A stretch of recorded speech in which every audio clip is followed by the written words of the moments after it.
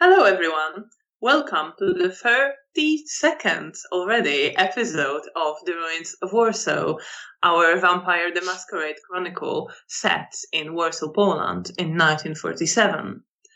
I'm Alexandra, and I'm the storyteller. Hi, I'm Dolores, and I'm playing Janina of Clan Bruja. Hi, my name is Faye, and I'm playing Bea of Clan Malkavian. Thank you so much for being with us to continue the story, and thank you so much to our partners who is dealing with tech for us, as well as moderating the chat. So, to start us off, let's have a quick recap of what happened last time. During the last session, Bea and Janina, at the start, both went to see a primogen. Bea went to see Ventru primogen to report back on what happened. She had a little bit of a chat about Sabbat, among other things. And it was indicated to her that she might have a great future ahead of her. Janina went to see her primogen, Bruja primogen, at his house and workshop, where he showed her lots of, for this time, very modern devices that he constructed based on academic literature that he's read. They talked a little bit about his child Isidore. We talked a little bit about Camarilla and his ideas for what could be. And he indicated to Janina that she could get interested and get involved in the emerging science and practices around storing blood in so-called blood banks, and gave her some literature in languages she can't read, but Nastya can, or at least should be able to get the gist from most of the notes Janina got. After that, the coterie eventually reunited, but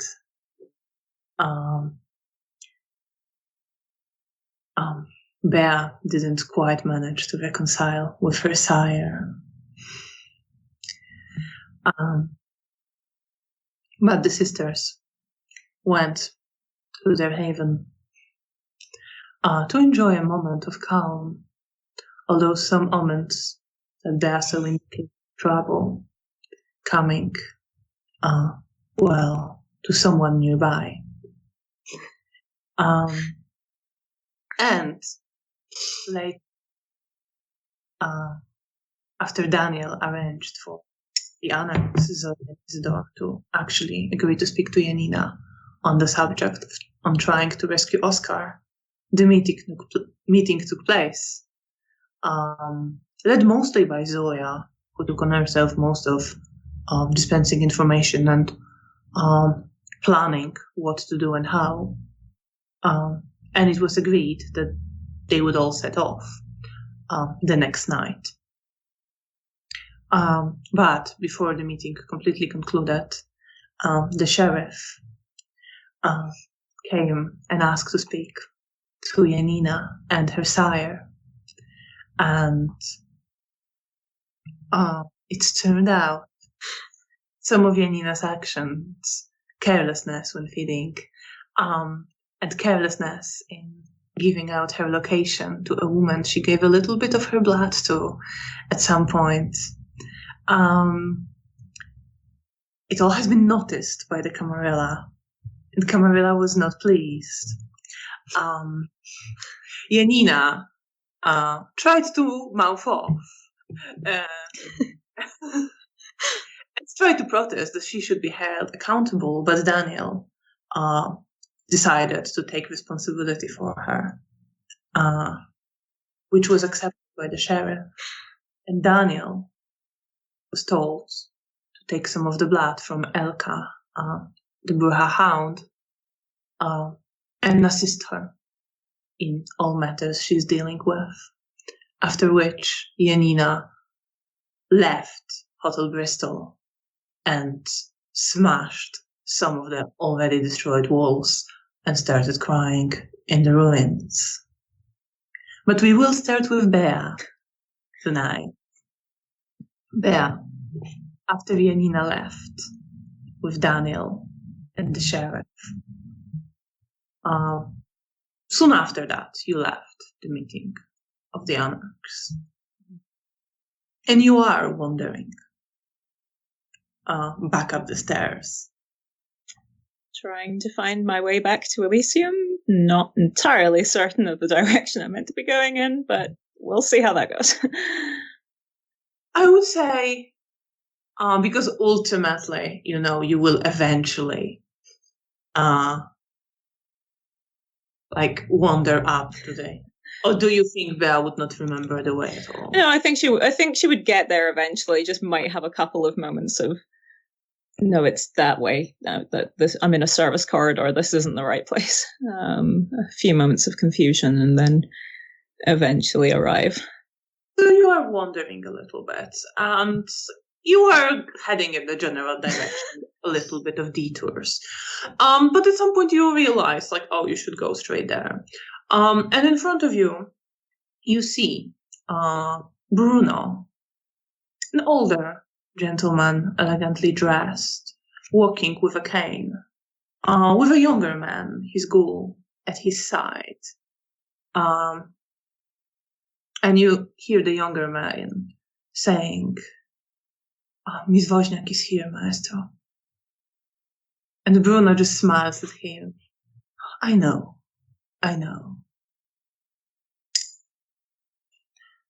I will cautiously approach. Good evening. Bruno takes a few more steps towards you, but clearly hearing that you are approaching, then leans against his cane a little bit and stands in place, looking straight ahead. Bea, he says. Yes, sir. How are you doing? How are you coping? I'm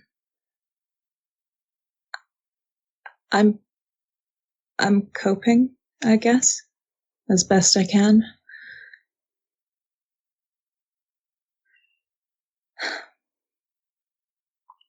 I know Felicia hurt you when you last spoke to her.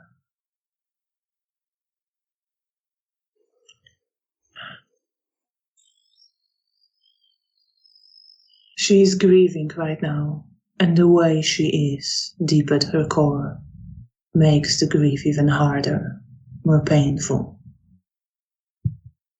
But I want to assure you that it will end, as it always does. The world always moves on.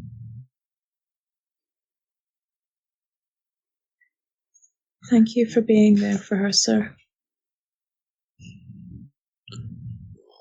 She is very dear to me.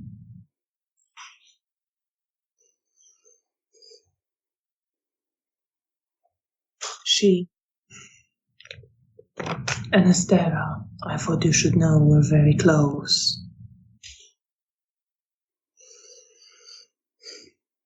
Yes. They shared a lot of values and pursuits. But she will move on. Felicia will move on. The world, disgusting as it might be, always moves on and forgets.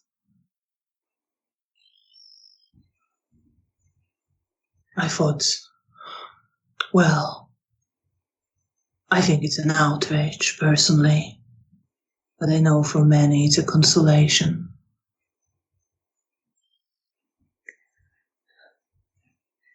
As he says that, there's this pang of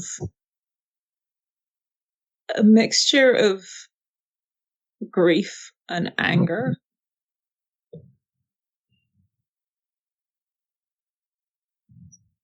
But I try and keep my voice level as I say, "Thank you, sir." Should I roll to see? No. No. What are you feeling? What would be seen in your aura? Anger, embarrassment, shame, hurt. He's just touched on something that is quite upsetting to me, so it's quite strong. But there's also this sort of understanding, I suppose, underneath it all. You see that he doesn't say anything, doesn't move for a moment, and his face isn't entirely turned towards you. He seems turned somewhere like slightly to the side, but he does say after a moment, "I do not blame you if that is what you thought I was implying. It's the fact how easily the world moves on after every death that disgusts me. Not your actions or anything between you and Felicia." It's fine, sir.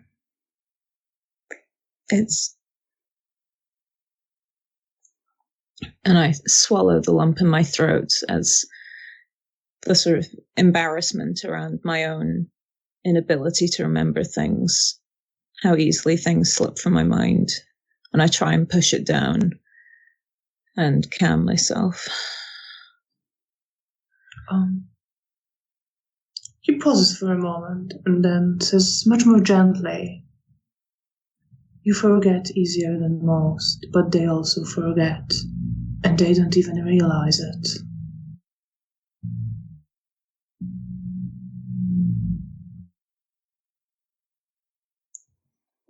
What do you mean? They live. Well, they hurt at first. They think they'll never forget. They think they'll never move on. And then one day, they don't even realize it. They've just moved on. They continue living as if nothing have happened. They don't know they've forgotten.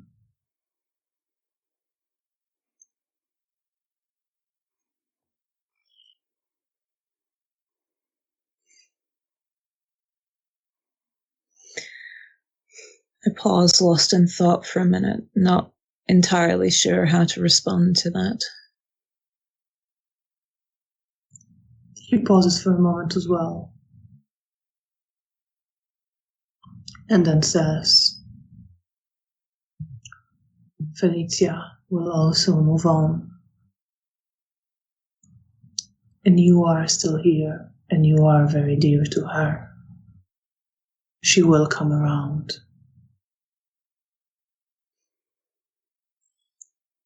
Thank you, sir. At this point, the anger is drained out of me, and there's just grief. A tiny bit of hope, but mostly grief.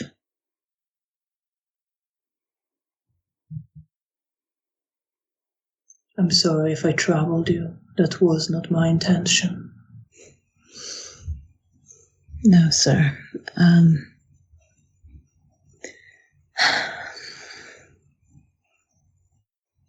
You have brought me some comfort. Thank you. I'm glad of that. And I appreciate everything you've done. And I appreciate that you remember. I do. Every moment. And you see his face twitch a little bit. In pain and grief and anger. It seems a heavy burden to bear.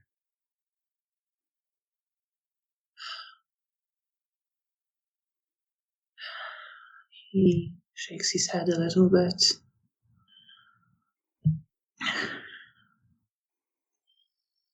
And then he turns his face straight at you.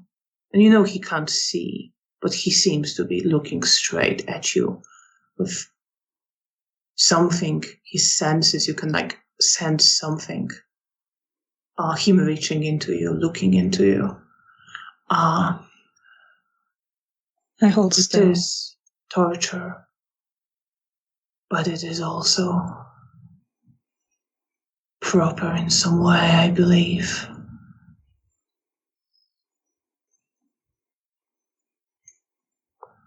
I don't know if I would have chosen to forget if I was given a choice. As someone who doesn't have a choice, I think I prefer to carry it. But the grass is always greener on the other side, I suppose. I suppose it is. And he shakes himself a little bit.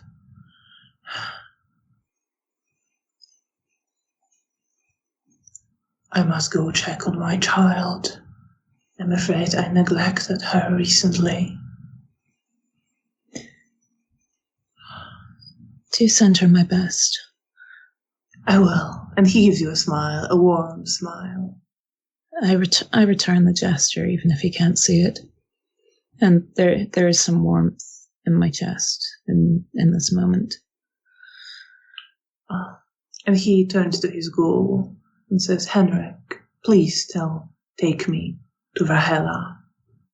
And the man comes up to him. Of course, Maestro, this way.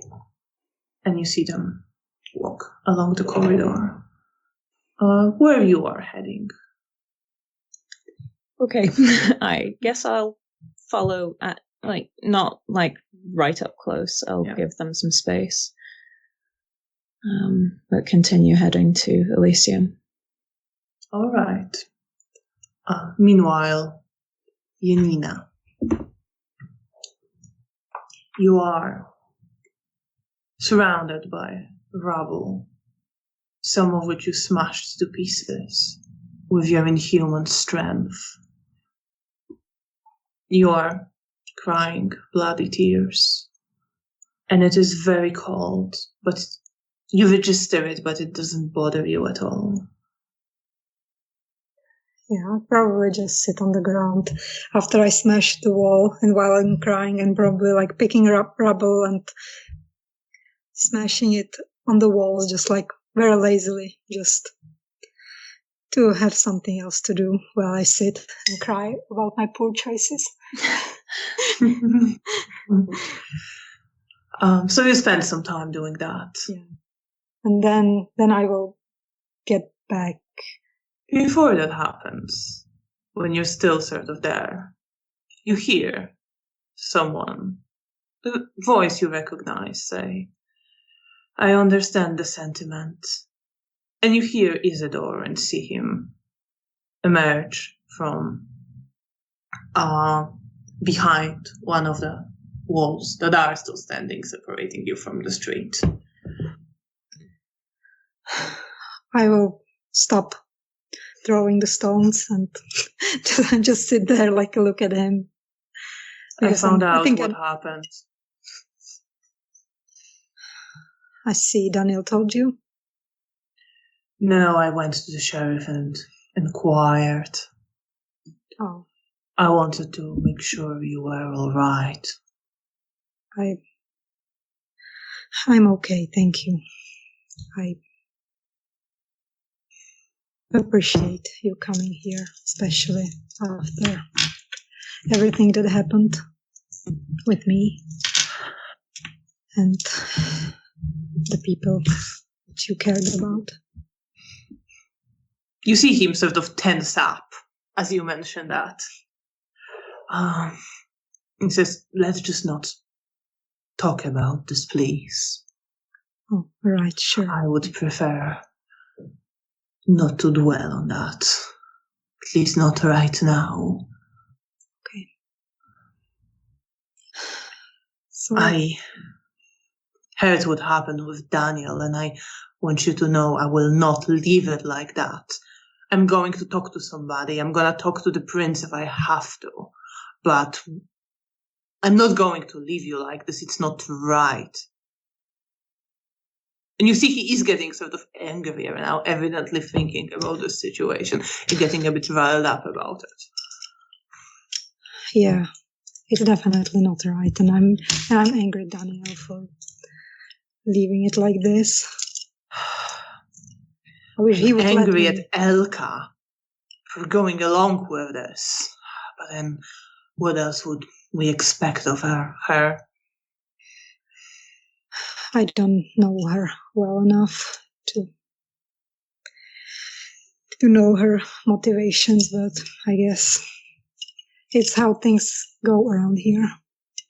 I suppose that's...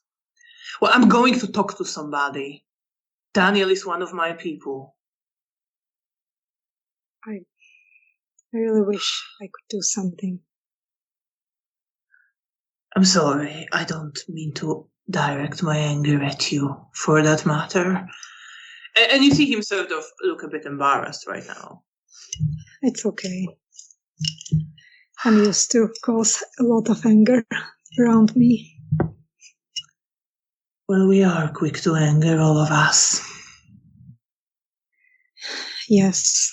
So, did you discuss anything else important after me and Daniel left about the situation with Oscar? Not that much. We will be leaving very early tomorrow to have as much time as we can to get there. Hopefully find a place that would be safe. As safe as anywhere can be, really. And look for him. Are you still able to join us? Of course. Of course I am.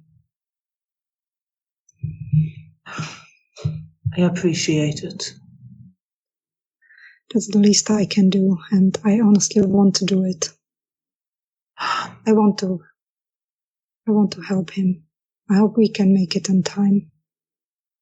And you see his jaw kind of tense. He sort of looks to the side, evidently struggling with something in himself.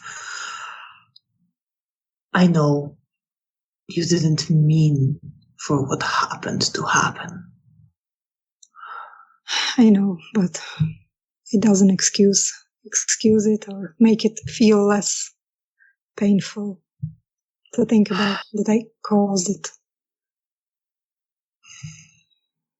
I lost my best friend that I know. night, so... And I am sorry for that. Well, at least she died doing what she thought was right, and she tried to protect Oscar, and that is another reason why I really want to find him and make sure he's okay. I suppose it is a consolation if we have to die. To die doing something we believe is right. Yes. Small blessing it might be. Blessing nonetheless. Exactly.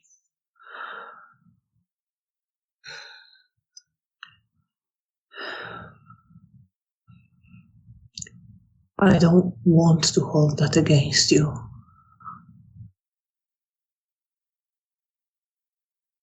Thank you.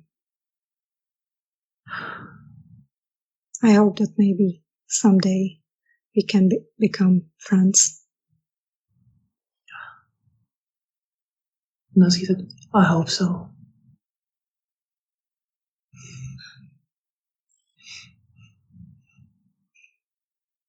I have seen a picture of you at your sire's place. Of course, he still has it. Yeah, he values it very much. It's not a good memory as far as I'm concerned. But it is a good painting. I suppose, if you look at it that way, it remains a memory of failure and loss, of life, of those who were very dear to me and trusted me. I'm sorry, I guess that's kind of sad for him to keep it. He doesn't look at it this way. He thinks more about me fighting for what I believed in, I suppose.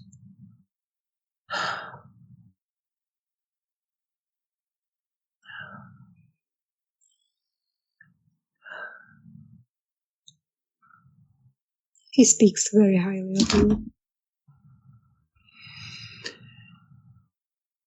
He smiles, and it's sort of between genuine and bitter.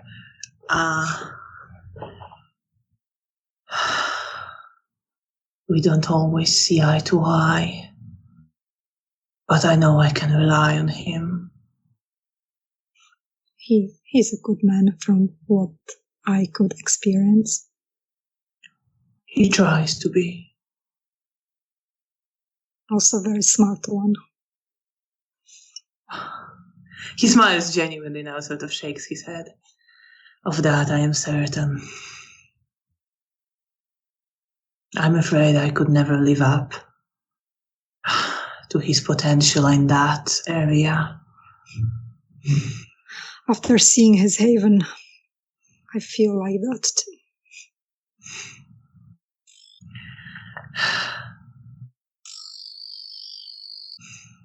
It's good that you have a good relationship with him. He will not use you like some of the others might. Yes, I genuinely like him and find his company enjoyable without having to pretend as much as with some of the other members of the beloved Camarilla. Wish I could say the same. But we didn't always see eye to eye. I suppose it's a thing with... Well, you seem to get on with your sire. For now. Well, now I'm angry with him, but... It's only natural. But I understand. I understand him, but... It's just... I feel like I'm not held accountable, and it seems unfair to me for him to be told to do all this while I could easily do it instead. And at least I would feel better. He decided to take responsibility and help you. I wouldn't begrudge him for that. I do begrudge Sheriff and Elka for this whole situation, though. Well, I understand that I made a mistake. Don't worry, I will speak to them. Thank you. I was not joking about that. Thank you. If you could help Daniel to get out of this somehow, it would make me feel so much better. And you see he looks sort of less angry now and more kind of deflated. I'll see what I can do. Should we head back? Probably should.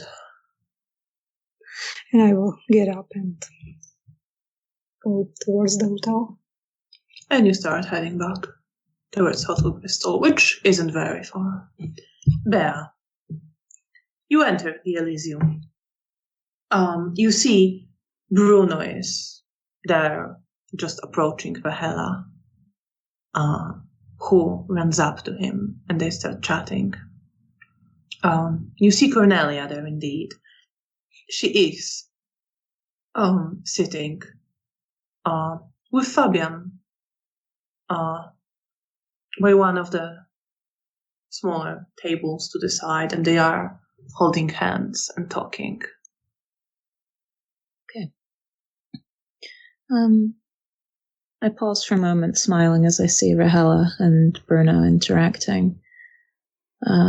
Glance over at Cornelia and Fabian. Cornelia notices you and gives you a smile. I'll smile at her as well. And then, if I'm sort of given clearance to, I'll approach. Mm-hmm. Yes, if you like, in any way, sort of keep her gaze, indicate. Yeah. She will say, Fabian, just wait a moment, and she will come up to you. Okay. I'll give her a sort of hesitant smile, and I'm terribly sorry if I'm interrupting anything. I was just wondering if I could have a word with you in private. If now's not a good time, I can come back a little later. Of course, it's not a problem. It was just a social moment. Of course. And she says, "Come with me, please," and leads you to her office behind that big banquet hall, or the lounge. And she gestures to you, offering you a seat. Smile and take the seat. I had a few things I was wanting to discuss with you. You indicated that it was all right if I came to you if there was anything. Of course. I'm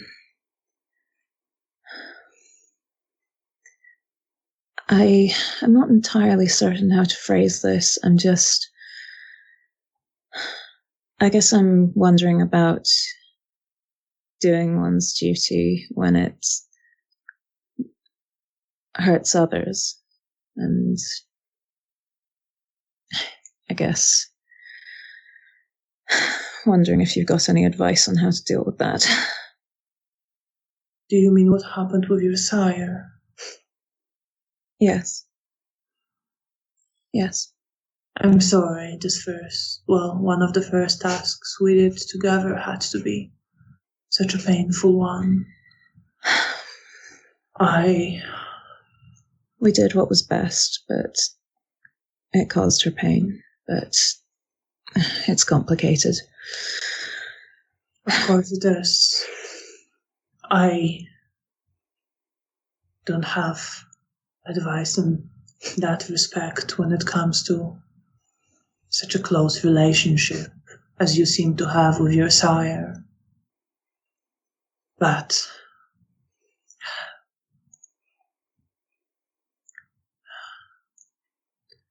I suppose some feeling of guilt and hurt is often unavoidable, even in doing things that are ultimately needed and right. I mostly made my peace with it by now.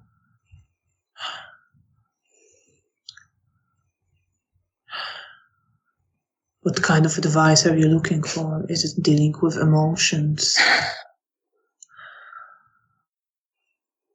I think that would be helpful if you have any. I don't know. I'm just feeling a little lost at the moment. I try to distract myself, focus my mind on something different. Okay. Thank you.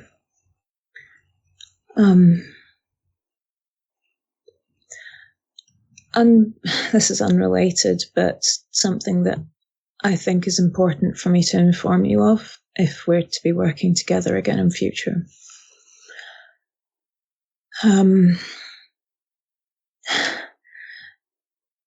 there's a flicker of embarrassment on my face as I go to speak about this.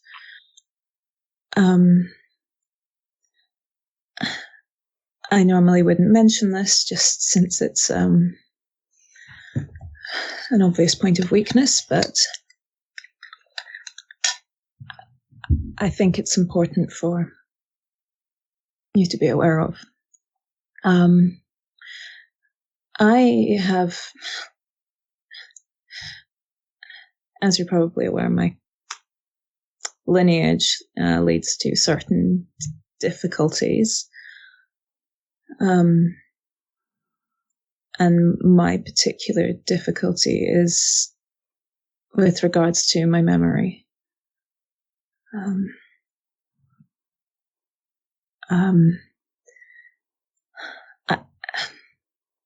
I wake up each night and it's a bit of a lottery as to what I'm going to remember. I can make myself remember things when it's very important, such as giving reports to the right people, but there might be times where I don't see links or forget important details.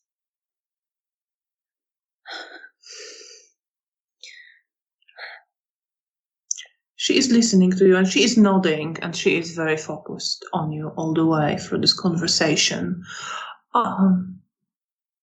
Miss Woźniak, I am of course aware of your lineage, and I appreciate your honesty in this.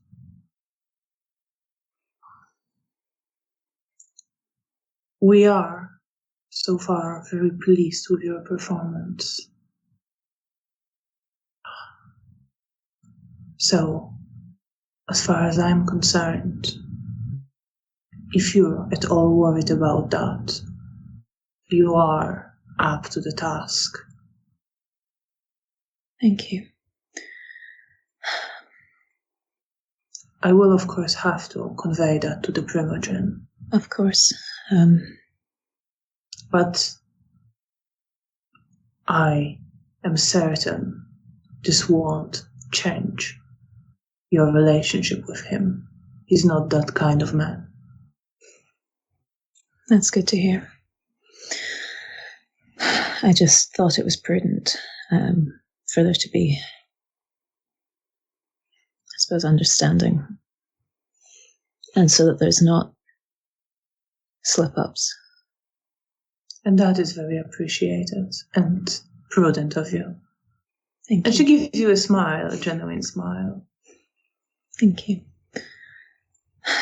The final thing. Sorry, there's been a few of them tonight. I wanted to let you know Count Grabowski and his people are planning to make moves to find a member of their group who's been missing. And myself and Janina will be assisting them tomorrow evening. We believe he's been captured by the Sabbat. I saw this as an opportunity to gather some more information. It certainly should be one. And we would appreciate anything you can bring from that. Of course. Oh, but do be careful. Yes. Yes, of course. Will be... Grabowski, as far as I know him, can be quite an impatient man. I think I have at least something that might be able to temper that, but we'll see. I will do my best to ensure that rational heads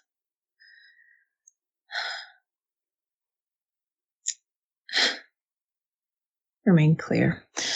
But we're intending to look at an area I will give her the particular vicinity, general location, we believe that there is a Tzimitzi involved, and potentially an Assamite, although I'm not 100% certain as to the details of that. I've heard that being mentioned, that both of these are now in Warsaw. It is bad news. You should be very careful. They are, from what I've heard, extremely dangerous. Yes. I can't say I have any direct experience. No, I just thought it was prudent to let people know where we were going. Of course. Well, is there anything you require?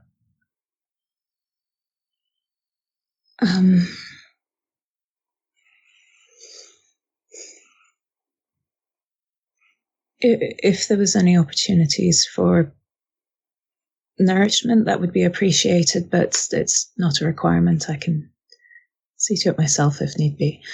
I can take care of that right now. Thank you very much. That would be much appreciated. Please, wait a moment. Of course. And she comes out of the room and calls in an elegantly dressed man.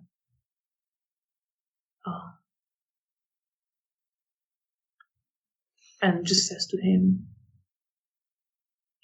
Miss Wozniak requires nourishment. And he gives a little bow, of course. And he does offer his neck. I lean forward carefully so that I'm not touching him too much and bite into him. How much blood do you have right now? 2, 4, 6, 7. You're right. How much do you take? 2. So the man goes kind of limp as you start drinking and sways a little bit, and does eventually collapse as I assume, trying not to touch him.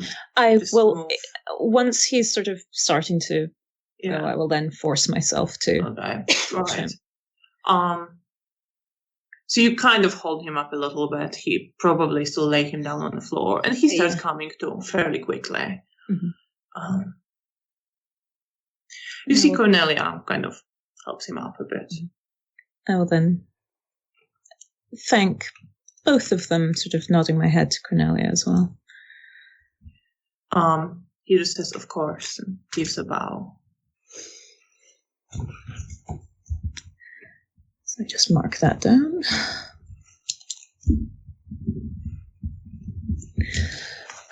Thank you very much. You are very welcome. Well, I should probably go finish making preparations. And I hope you have a pleasant rest of your evening. I give her a warm smile. She gives you a warm smile as well. Now more relaxed again. I wish you the best of luck. Thank you. And with that, I'll head back towards the rooms. You're heading towards the rooms. Janina, where are you heading as you... I'm probably also going towards the room because of my room. Yeah. You're probably going to meet up around there as you're approaching the rooms.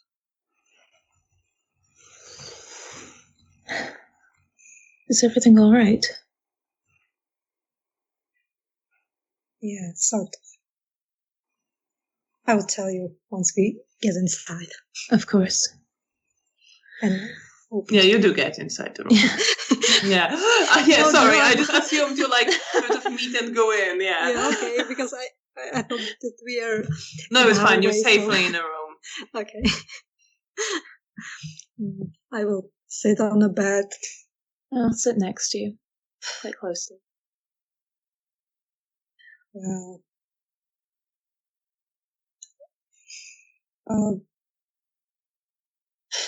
Sheriff told me about some things that I did in last couple of weeks, and they weren't pleased.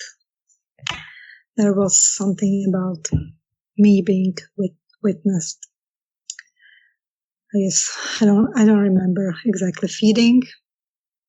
And then I also gave an address of Hotel Bristol to someone.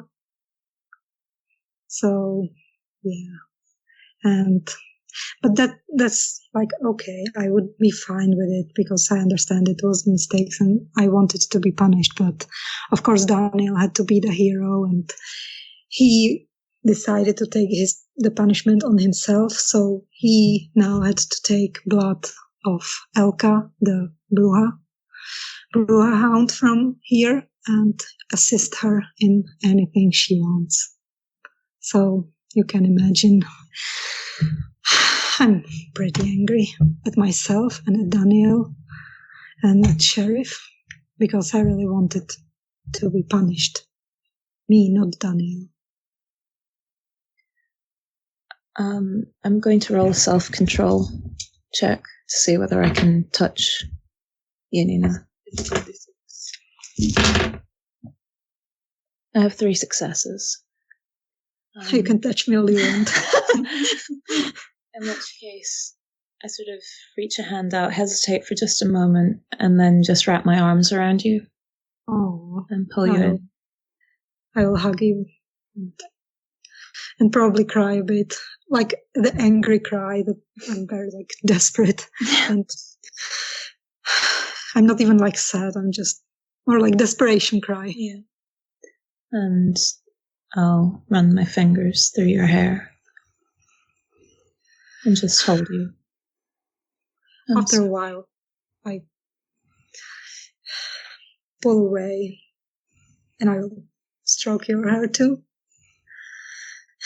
Yeah, well, I guess that's happening around me a lot. I went outside to steam off a bit, and I met Isidore there, and he told me that he knows what happened, and he wants to talk. He's angry about it too, and he wants to talk around and to figure out how we could help Daniel, because he thinks it's a bad thing to do too. So that's at least something I appreciate it, because I'm really angry. Daniel shouldn't be the one to be punished. I'm his child, but I'm a grown person. I can make my own choices and own mistakes. And I would like to be held accountable. Okay. They'll reach into my pocket and pull out a handkerchief and start sort of dabbing at Janina's face. And just kind of listen as I presume if the rant continues. I'll probably rant for a moment more, like it's more like I'm just angry, and I probably like repeat the same thing over and over again. I'm very much sort of thinking that whatever I say is not going to be the right thing, so I'm just going to be there for her. And after a while, I just realized that I probably went on and on. And so, what about you?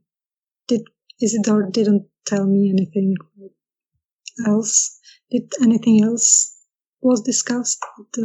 Not really.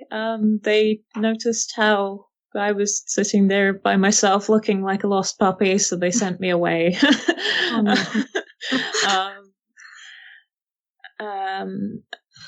I ran into Bruno on the way to the lounge.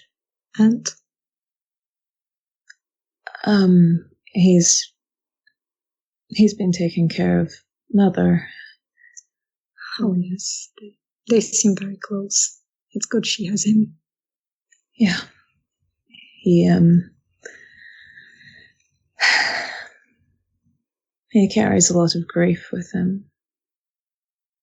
Yes, that is a feeling I get from him. He's often crying.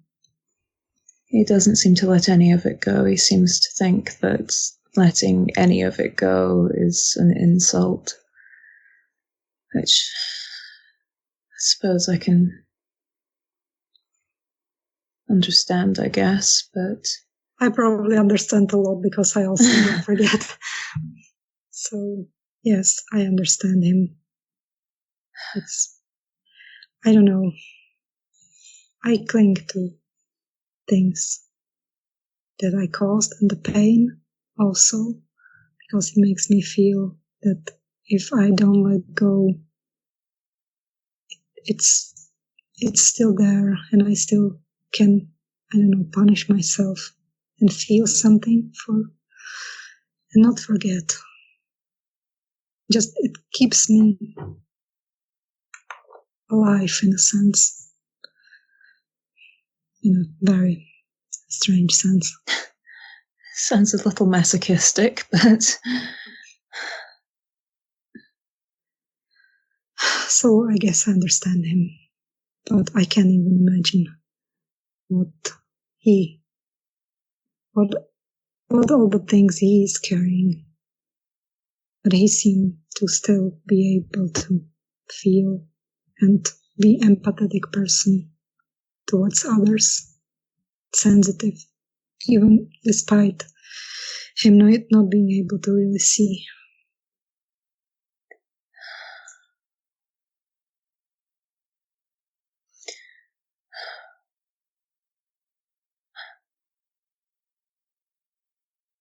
I don't know, I guess I'm a little jealous. Oh, trust me, there's nothing to be jealous of. I honestly think that if I could, I would wish to forget if I wouldn't have like a choice. If it was natural for me to forget, then I would. But for me, it's not.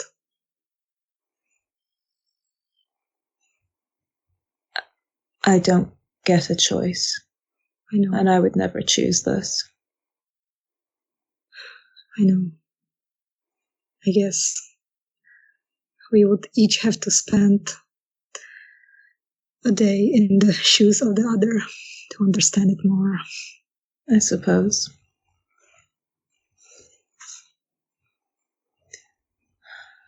But you have your journal, and I'm glad you can keep it.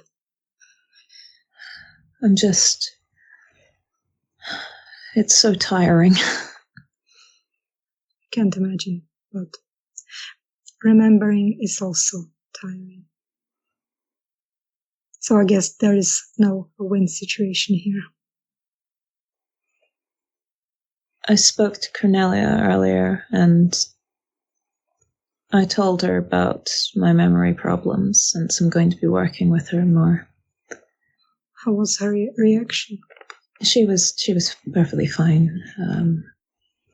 She's been very supportive. That's good. It's good to hear. I'm sure they are very happy with you. You're perfect. I wouldn't go that far. Well, compared to me, you are.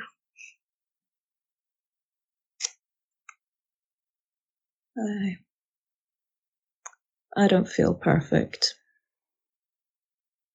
I feel like someone who's made some bad choices, but maybe there wasn't good choices to make. So who knows?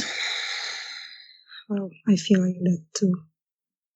I tried to make good choices, but at the end, that word never comes up right, so rarely comes up right. I end up hurting people I care and put others in danger.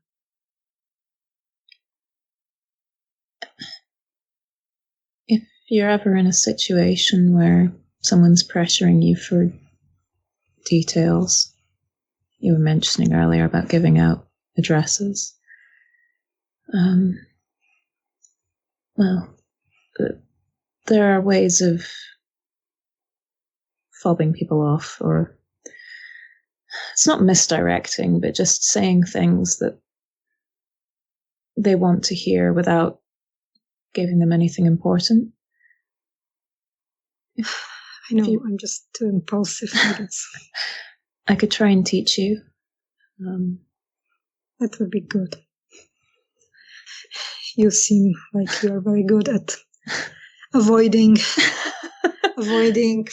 dramatic situations. I don't know. I think I just pick mine quite specifically. Yeah, this one was. You just pick all of them. Yeah. So do we have to do anything for tomorrow? For the rescue mission? I guess make sure that we're topped up on blood. Make sure that we're well rested. I think we're heading off early tomorrow, so just making sure that we're ready and able. Okay. So do you need to go feed? I mean, I fed recently, but to be honest, I think the more we can get, the better. Okay, let's go. You'll have to do it alone because I don't really want to go and find Daniel. That's okay. I understand, but what time is it, please, Alex? It is getting fairly close to dawn. Right. You could very quickly try to grab somebody. It doesn't look like something we could do, right? Yeah.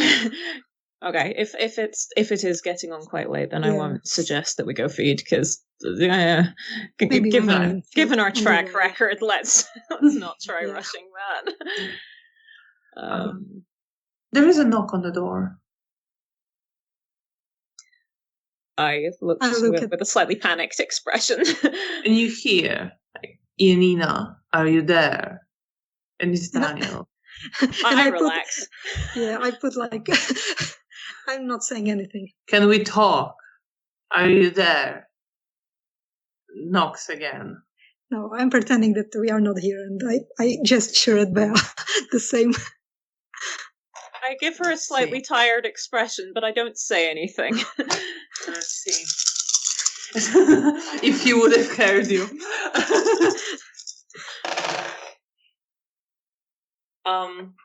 Yes, apparently yes.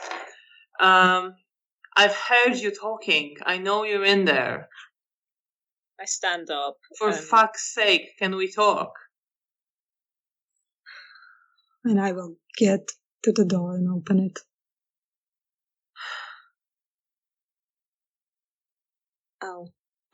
I'll be outside. And I'll leave and let them have a moment to talk. But then he comes in. Yeah. He's sort of looking as he always does, and still his dirty, torn up shirt and the coat over it. And he kind of comes in, just his hands hanging along the side of his body. I know you're pissed. But I couldn't risk losing you. It would not lose me. I would do the same thing you decided to do. I could survive that. Well, I had no idea what they were going to do to you. Well, and if they did something to you, do you think I would be okay with that? No, I know you wouldn't. But I brought this on you. No, but I told you a fairy tale of the great things we'll do. Well, it was my choice. I'm a grown-up woman. You had no idea. But I have a good idea now, and I made mistakes, and I want to be held accountable. And I hate seeing you being punished for something I brought on myself. And of shrugs. Elka isn't too bad for Camarilla. I will learn to work with her. I want you to be safe. I'm just like shrugging and shaking my head, and I'm pissed. And I pissed at him because he's so good.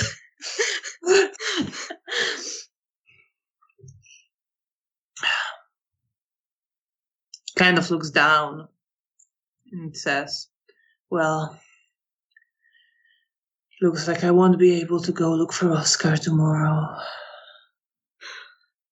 Try to help him, please. You have to do your new duties? I suppose. What is it? Do you know? Don't know yet. She said we'll be checking out some places. Just be careful, okay? And please tell me everything that you are doing for them. As far as I can, yeah. If something happens to you, I swear to God, or anything, if there is any higher power, I'm going to destroy Camarilla. He sort of laughs and shakes his head. I will burn this place down. Swear to God. You're wonderful. But I worry about you sometimes. So much. Don't you think I want to burn this place to the ground? Fuck this place. Maybe we'll get a chance. Or maybe something else will do it for us. No, what I mean is, if we do that, Sabbat is gonna, I don't know, and whatever the fuck they do to those they capture, they're gonna do to us in no time. Do you think I'm here for rest and relaxation? I don't know. It's safer this way, and I fucking hate that it's safer this way, but suppose we are monsters. Yes, that we are. Anyway, I'm going to get back. Yeah, I'm gonna go. I'm not gonna. You Just can be stay careful, here alright? if you want. I don't want to piss you off further. You're not pissing me off, especially since you're not going with us tomorrow. I will gladly spend more time with you. Fine. And then he just sort of sits on the bed and I lies go outside and catch Bea and bring her back. I think I've just been sat sort of with my back against the wall, kind of waiting. Have you been eavesdropping? No, I decided that's for them. Of course. And as you sort of gesture me back in, I sort of go, "Are you talking again?" Yeah. Okay, you're being adults. Good, and I'll come in. And well, Daniel sort of waves at you. And I assume you are getting ready for bed. Yes. Doing the full routine. Yes, full routine. And then lie down. Sunrise slowly approaches. Janina, what's running through your head? It's been quite an emotional night. Well, anger, but I guess there's slightly less anger now when I talk with Daniel. And I'm still angry at him. I mean, I understand why he did it, but again, I'm angry at him because he's being so good, such a good person, and I don't think the world deserves him. Camarilla definitely doesn't. And I worry about him, but I think that tomorrow I should also worry about us, because hopefully he isn't going into as dangerous things as we are. Hopefully he's just doing something less dangerous, but I still worry about him, and it makes me uneasy to know that he's not going to be with us. And I think about Bea for a bit too. Of course you do. I think that she's like, I think about what she told me about Bruno and Felicia, and how she told Cornelia about her memory loss. And there's a tiny spark of me that thinking that Bea, she's doing so good, that she's becoming more open with people about herself, and makes me kind of proud. And with Bea on your mind, you fall asleep. Bea, what's going through your head before the sun rises? Stress. So much stress.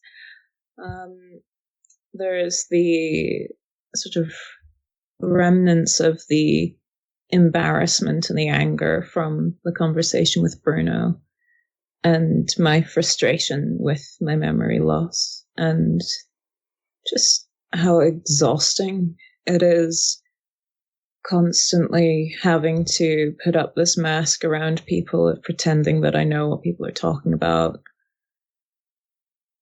And just frustration and wishing that if I could remember things, then maybe I'd be better at what I was doing. Maybe I could do things more effectively. But I'm making do with what I have. Other than that, I'm worried about going and investigating this really dangerous Sabbat place. That sounds like a super fun pastime, but I don't want to let Janina do it by herself. And there's a part of me that feels like I also want to do this, not just for the information. That there's something in there where I want to help.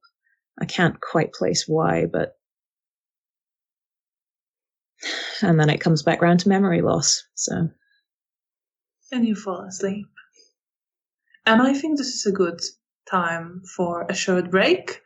So we will be back in about 15 minutes. Thank you so much for watching. We hope you will stay with us to see what happens the next night when Bea and Janina set out to look I'm for sure Oscar. only good things. As usual. Just good things. So see you all after a short break. Thank you. See you. Bye.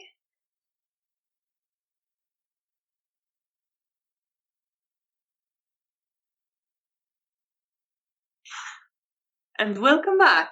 Thank you so much for staying with us to continue following the story of Bea and Janina. Janina, you are the first one to wake up. Okay. I'm going to sit up and look around, look at Daniel and Bea, and probably, as usual, get up and go towards the window and go outside. Go look outside. You look outside. It is fairly cloudy. It's a rather dark night. There are, as always, some people outside. You hear voices, conversations, someone calling someone by their name and running up to their friend. They're sort of laughing as they meet up and continue walking together. You see a group of men smoking together, just chatting by your windows. It's not massively busy, but it's a bit busy right now. There is a horse-drawn carriage that goes past with some passengers. I just watch and pass time, occasionally glance towards Bea and Daniel. I'm expecting Daniel to wake up any minute. And he indeed does very quickly. He stretches and just sits up on the bed.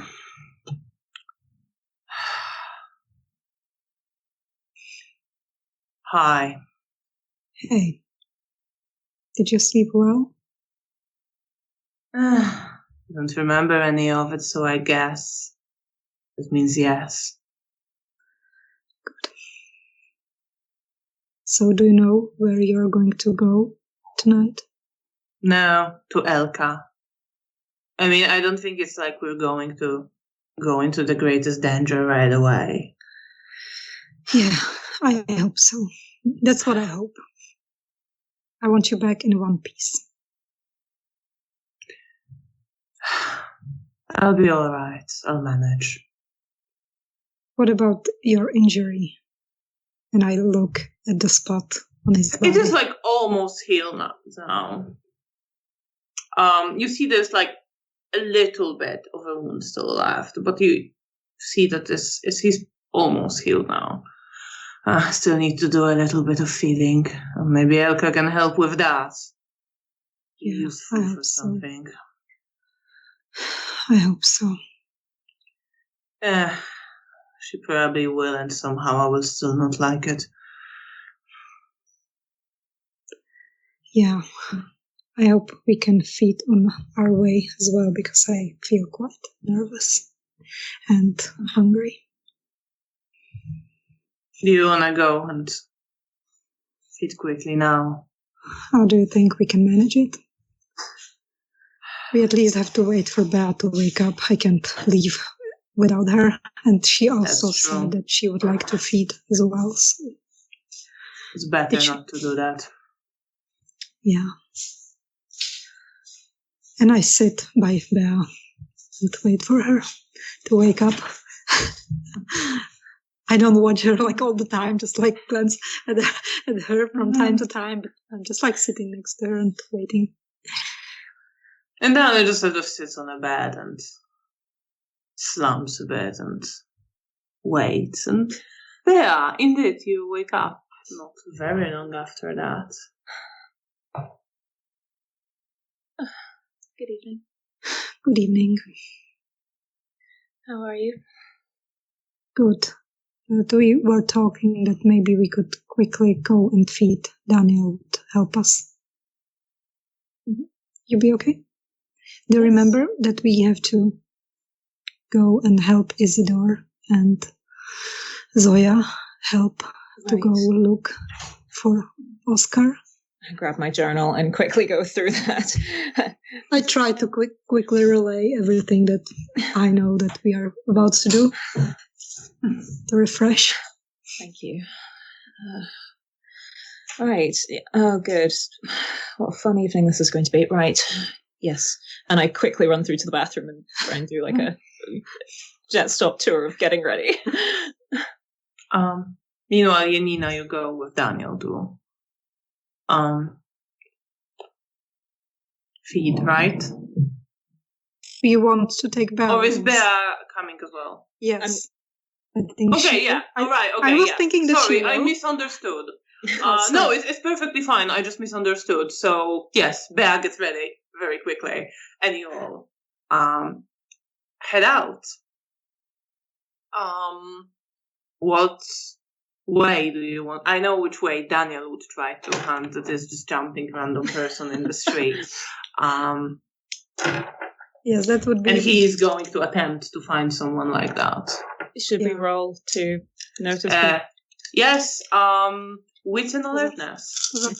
Difficulty 7.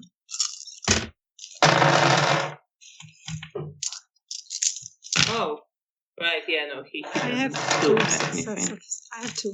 I have 1. So it takes you a little bit of time, but eventually you do see a couple of elderly ladies walking along the street. One of the smaller, darker streets. They're not like, they manage, they are walking maybe a little bit slower. But they are walking and talking to each other and smiling and laughing.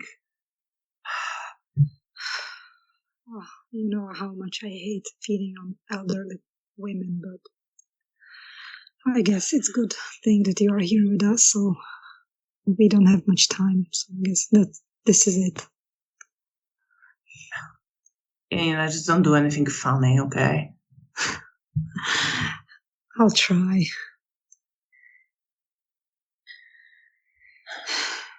So, what should we do, Bea? Do you think it's better to approach them and distract them, or just to do what I usually do? Shall we just try and do it quickly and quietly? Okay. I don't know how much quietly I can do it. Well, I'll try and do it quietly and you do it quickly. Okay. And I will walk towards. They are in front of us and they are going away, so their backs are towards us?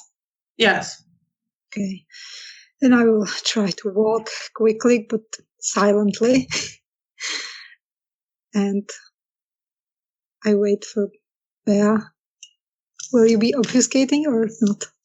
If I can, then yes. You can, yeah. No problem. In which case, I'll tap Janina on the shoulder when I'm ready. And when she taps me and we are close enough, I'll grab one of the women gently and bury my neck into, not my teeth into her neck, not my neck into her teeth. That would not be That's not quite what you're going for. Certainly one option. Are you trying to be stealthy, Janina? Yes. Just roll your dex and stealth, and you can add your celerity to it as well. Okay. For Bea, it's fine. You're using obfuscate. You can do this. No problem. What is the difficulty? 6. Okay, I have 4 successes. Yes, they don't notice you at all. And you bite into the neck of one of them, as I assume Bea bites into another. Bea, how much do you take? 2. Janina, how much do you want? You want 5, right? I am on 5, and if I can, I want 2. But I expect. Roll your self-control with difficulty 7. Okay. Spicy. Thankfully, I have 3 successes. Yay! I'm so proud of you. You stay in control. You can take 2. Okay, good. Both women, they are sort of dazed. They faint for a moment. But you hear them sort of starting to come to. Okay. And before they do, Daniel is pulling at you to get away. And I'm just like, okay, because I wanted to leave them. As soon as they if they weren't falling down, I would just leave them. So I'm just you sort of prop them against, feet of a wall, and they'll be sitting there. And I'm letting him take me away. He knows the drill. I'm staying close to them. I mean, I'll be out of obfuscate now that I've fed, so. And you get back to Hotel Bristol. Will we be meeting them at the lounge? I think you'll be meeting them at the lounge or outside. Yeah, because I don't remember. I really don't remember. Possibly, I don't think it was quite decided, so you can probably deduce that this is one of the places, or in the lobby. Okay, I guess when we are walking back, we look around the lobby, see if we see Isidore or Zoya, and if not, we are going up to the lounge. You don't see them. You do see Nastya, though, who is waving at you. I wave back, but I don't know if I have time for her right now. She's coming towards you, though.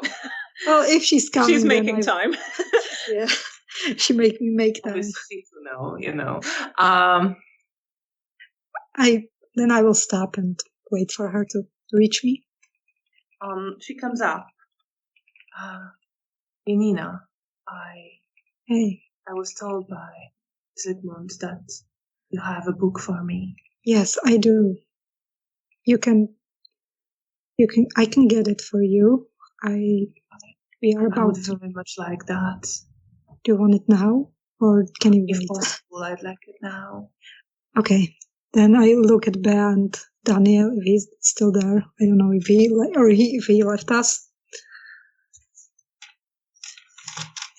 Janina, roll perception and empathy. Bea, what are you doing? Are you paying attention to any of this, or are you just sort of... I mean, a little bit of attention. Hmm? I'm paying a little bit of attention. Okay. What is the difficulty? Difficulty 6. I have 2 successes. You have 2 successes. Sorry, do you want me to roll as well? Yes, sure, why not? Roll for perception and empathy, yeah.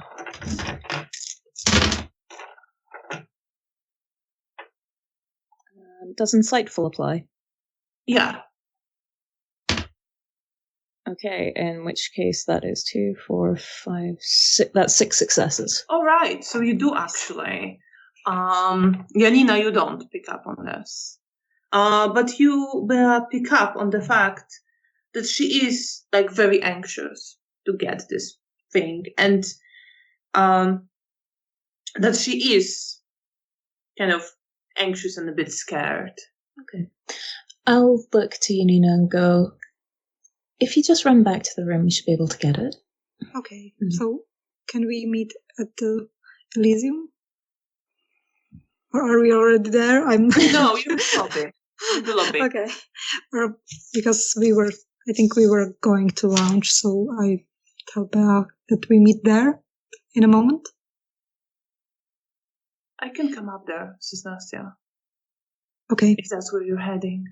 Yes. Okay. Thank you so much. I really appreciate it. I can see you in a hurry. I didn't want to be a bother. Oh, it's okay.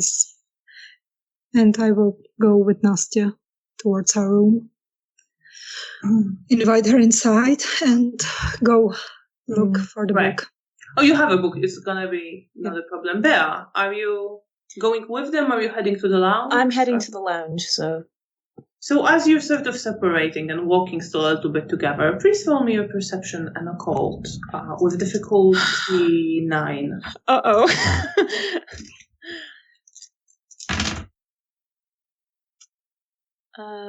I have 2 successes.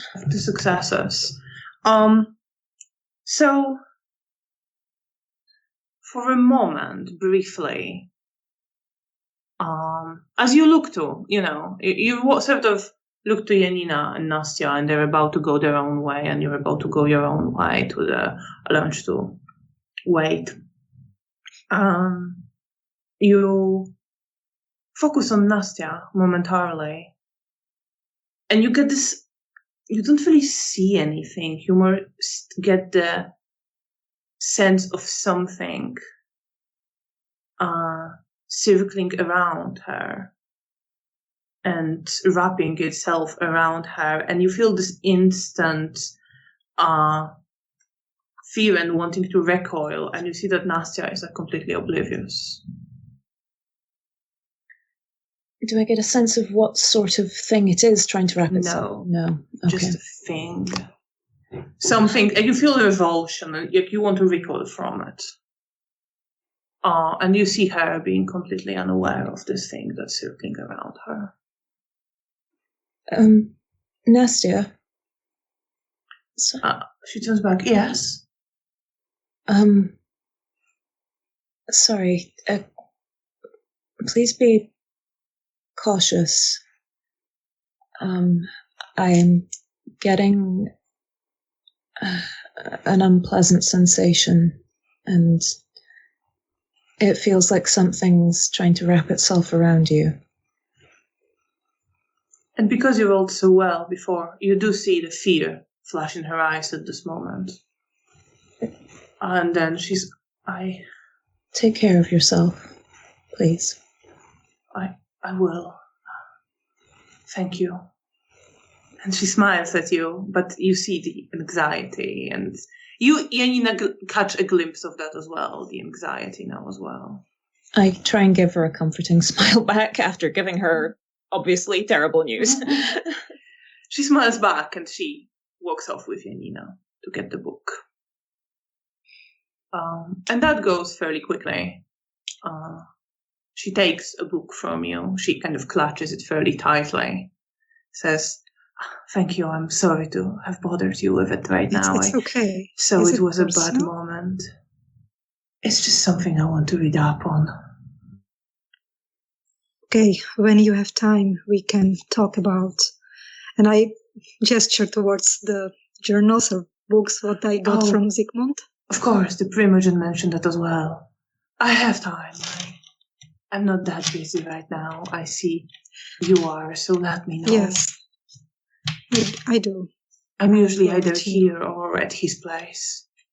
Okay, just after what Bea mentioned, just take care of yourself, okay? I'm trying. Thank you, I appreciate it. Well, you saved me before, I guess. I have to look after you right now. And I smile. She gives you a smile, a little bit embarrassed, but a little bit grateful and like happy. I really appreciate it. I'm glad. I mean, you here. Me too. I don't have But many I friends. Won't keep you any longer. I can see you and Bea are in a hurry. Yes, we are going into another mission. Hopefully this one will go better because we are not alone. But this time, please don't follow us. You are in danger already. I will So not. Please, I was stay worried safe. at that time because you rushed off so quickly. Yeah, that's what I do.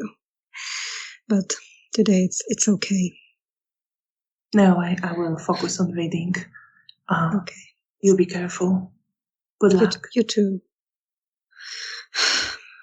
Take care and stay around here in the safety of the hotel.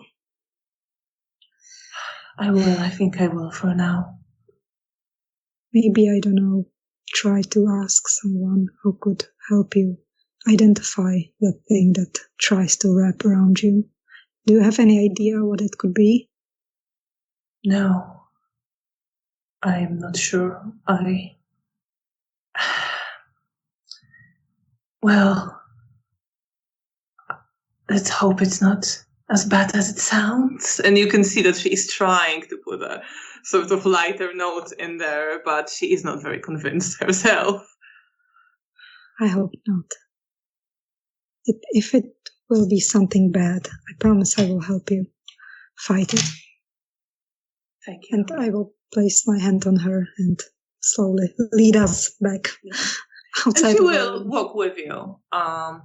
But yeah. Yeah, she will walk into the lounge actually and sit somewhere there and start looking for the book. And in the lounge, Bea, as you enter, you do see Isidore and Zoya. Zoya sort of looking with a little bit of challenge at everyone around there. And Isidore just staying close to her. Right. I'll head to them quite directly. Return to you. Good evening. Isidore says, good evening. I really appreciate your help in this.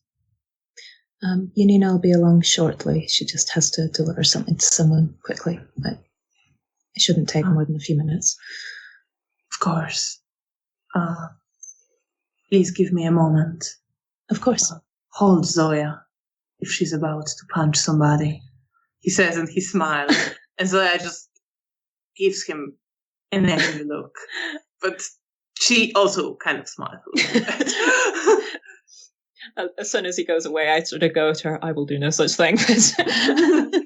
Yeah, and you see him walk up to Nina and take her hand, and they are talking to each other. I love birds. And Zoya looks to you and you don't have to worry. I know when to keep cool.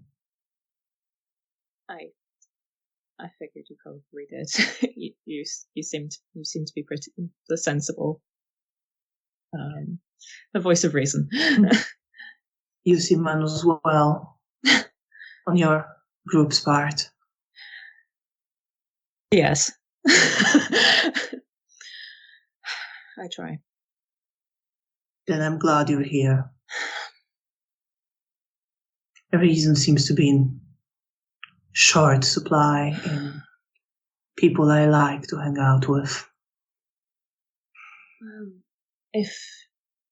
if anyone feels that their temper is going to get the best of them, point me at them. I can dull it for a bit. She nods her head. And soon after that, Isidore joins you, and Janina, you also come, and you all start leaving Hotel Bristol. Zoya gives you the kind of conflicted look. Janina, she's visibly angry, but not saying anything right now. I just nod at her and I try not to look at her much. I probably look at Isidore or Bea as we are leaving. Isidore gives you a nod. And maybe I will look at Nastya as I'm leaving to just make sure that she's okay, that she's there. Nastya is reading, but she glances back at you a few times. And she gives you a little wave and smile. And she mouths kind of good luck.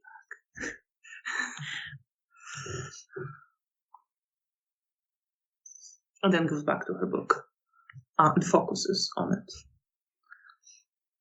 And you leave the hotel. And when you're outside, Zoya sort of looks to you. Are you both ready?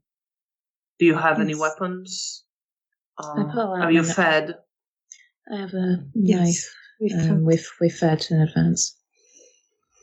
How about you? Yes, I fed with Bea not a long time ago. Weapons? My hands are my weapons. You'd be more effective with a blade, you should learn.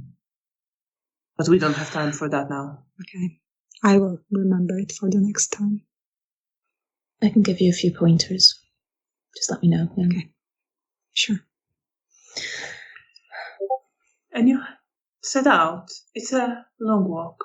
It's going to take you roughly 2 hours to walk to that place, which is on the very outskirts of Warsaw.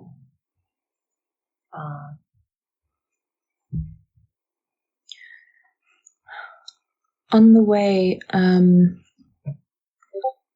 I'd like to look to the moon and try to see any omens for what's to come. Anything to look out for. So, roll your perception and awareness.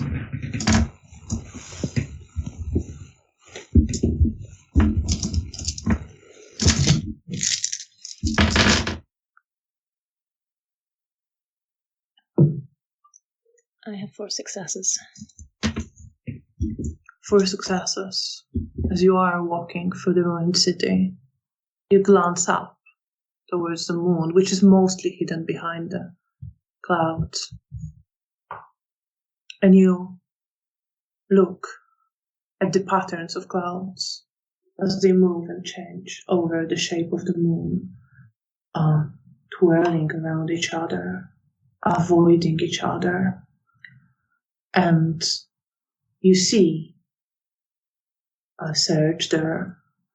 You see an inconclusive result. You see a meeting as 2 clouds. You see more than one meeting as clouds swirl over each other. And eventually the moon gets hidden by a darker cloud, and everywhere as you're looking gets darker as the few little bit of moonlight you were walking in disappears, and you are filled with this sense of dread, which just tells you you are walking into danger. It's not necessarily going to be, deadly danger, but your senses are telling you to turn back. Well, for once I'm not being the voice of reason here. But I will turn to mostly to Janina, but sort of to the group. There's going to be a few meetings tonight, I think. And we're going to be in a lot of danger. Friendly meetings or unfriendly meetings? They don't show signs of obvious conflict. So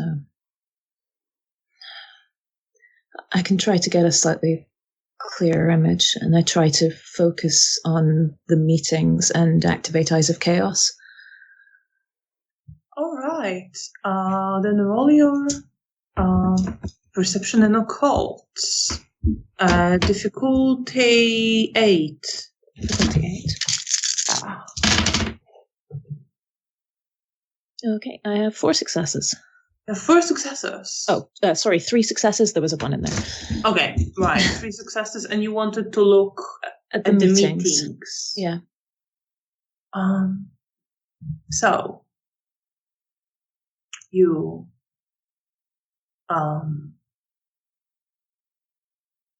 get a sense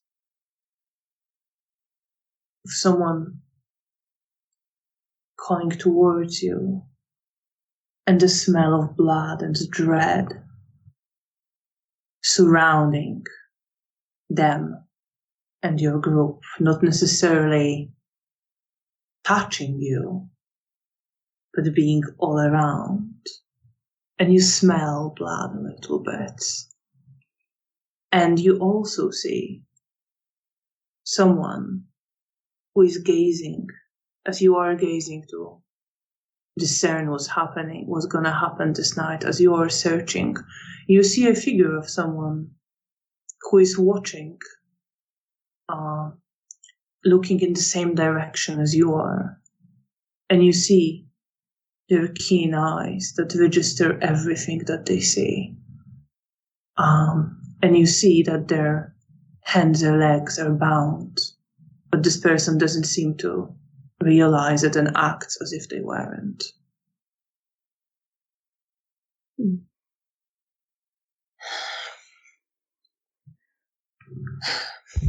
Well, I'm afraid I'm going to have to still be a little vague.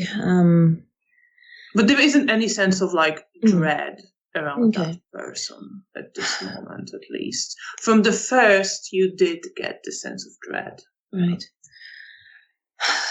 The first meeting, I get the smell of blood and the sense of dread. Someone calling out to us, and there's the sense of blood all around. This dread all around us. That sounds charming. Yes. So, yeah. Yeah. The second, someone with keen eyes, someone who sees everything. They're bound. They seem to be bound, but act as though they're not. I'm sure it'll make sense once it happens. Sorry. Isidore it's all right. We appreciate any insight you provide. As vague and ominous as they are. We know we are heading into danger. Yes, well. I figured I didn't need to remind us of that too much. And you keep walking.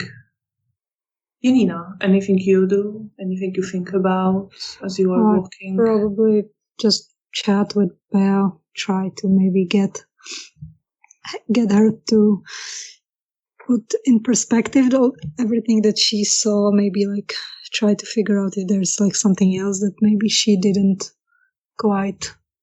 I probably repeat what she said, that we are going to meet, and try to try some ideas what it could be. It couldn't just chit chat.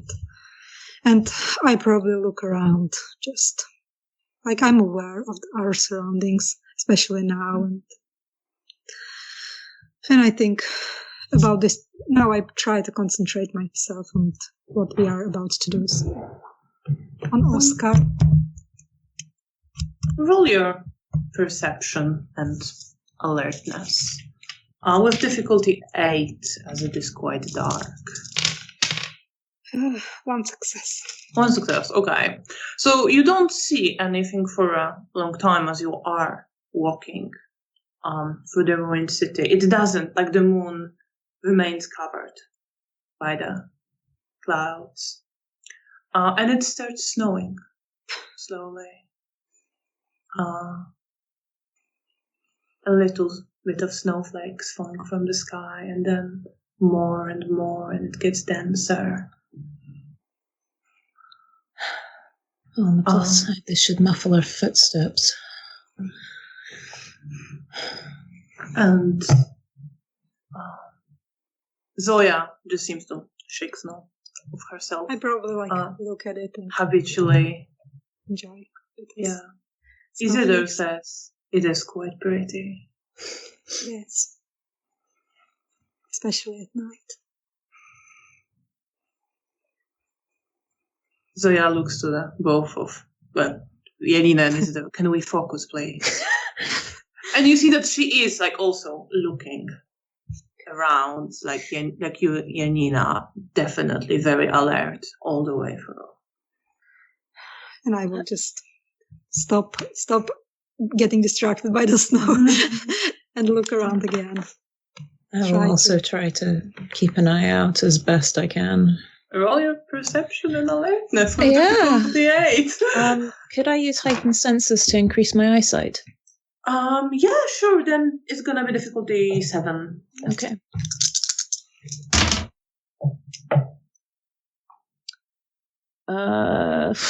Also 1 success. 1 success. Okay. Right. Okay. Right. So you are walking through the city, and eventually the buildings get sort of shorter and less ruined. You are leaving the more central area that was very heavily bombed and entering a more, a green area, which now looks rather dark. There are patches of trees between first short blocks of flats, then the blocks of flats give way to quite fancy houses, villas, which are generally separated by a little bit of, overgrowth, and it's just patches of darkness. It's fairly dark here. With heightened senses, you can, see a bit better. It's not like pitch black that you can't see, but it is not that much light around. The moon occasionally is visible through the clouds and shines a little bit more light on your path. You hear a dog barking in the distance, and you are walking, and as you are in this area, you see those houses. You see there are some soldiers there, sort of keeping an eye, and some of them just look at you in a clearly unfriendly manner as you walk past. But you continue, and at some point, you both spot a raven that is sitting on a branch and staring at you.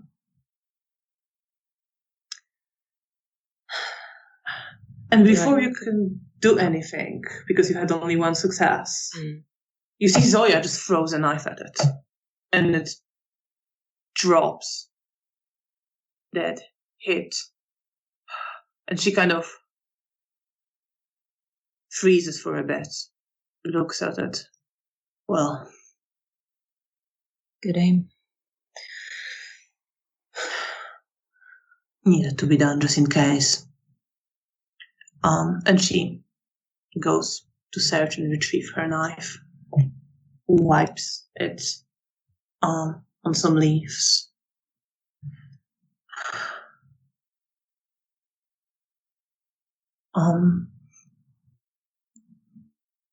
Isidore says to you, we should probably search for something that could act as a temporary haven. It's been quite a long walk. I wouldn't like to have to make it in a hurry. Mm-hmm. Very well. Do it. I think sticking together is probably a better shout than splitting up. I don't think we should separate. I don't think that would be wise. Exactly. Okay, let's keep an eye out. Let's. If you have any suggestions, please feel free to share them. What sort of, out of character, what sort of arrangements did we make during the war when it was sort of well, during the war, you would look for... Well, at first, like, Felicia had a place where she was staying. Mm-hmm. And then you left. You didn't necessarily have to, like, look for a place that much on the fly. It was more a coordinated move to the other side. You know that Felicia scouted the area and managed to find a basement. You might have stayed on some occasion, again, in some basement or some, like, side room in a basement. Mm-hmm. Yeah. Okay. I'm not certain I'm massively familiar with the area, but basements or something of that ilk might... That was also my thinking. Janina, do you do anything? Is this area around the area where I was last time? Where was it's the woman? further. It's where you were last time when you went looking for Oscar. Yeah. Yes. No, you were a bit further south. Okay. Because I remember that one. You didn't quite get all the way where you needed to go. Okay. Because you got lost at that time. I will probably agree about the basements or try to figure out if we see some, like, abandoned house or something, but I don't think there will be many. But if we get our hands on something that's seemingly abandoned, that we could, that doesn't look like livable, but has some space where we could skip, like basement or some rooms without windows or covered windows. Zoya comes back as well with her knife, and she's listening to you as you're sat picking. And then you, like, keep walking, and you see that she is putting a hand on Isidore's arm and leaning towards him. And she's not quite, like, whispering to keep it hidden, so you hear her say, Isidore, we could just move into one of these houses. We could deal with the mortals quickly. It would be the safest. And you hear him just, absolutely not. I will not allow that.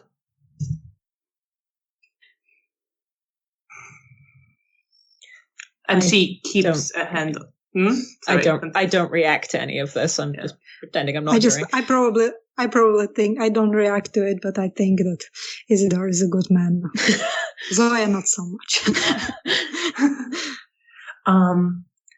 She just keeps an arm on his arm for a little bit longer and says, I thought as much. All right, then let's try to find somewhere quickly. And let's hope. Well, I guess we can always go with my plan if it comes to worse. And he just sort of lets it be. And she starts. She kind of walks faster and is ahead of you and just turns to you. Keep an eye out for any, well, I think abandoned house would be too good, but maybe a shack or, an entrance to basement that looks unused. I'll do. And mentally, I can somewhat respect her pragmatism, but there's also a part of me that's It's a slightly unusual part of me that's feeling a little funny at the concept of just dealing with the mortals. You keep walking, and you hear now, in a distance, but not super far distant, a howling of a dog that sounds familiar. Oh no. You see, Zoya tenses up. Janina? Is it familiar about the dog from the night the Anarch Haven was attacked? Yes. Okay. Then I probably like freeze in my tracks and just like put my hand on Bea. I flinch slightly. Look at her. That's not a good sound. It is not. Because I don't know how much she remembers what happened. So. I don't think I remember exactly, but I get bad vibes. That was how I imagined it. That you know it's bad. This does not pass the vibe check. Oh no. We should... Zoya also freezes at that. Can we get off the road or try to get... We could try to go through some of those bushes and trees. It's him. She says to Isidore, evidently, the Zimishi. And he kind of reaches under his coat.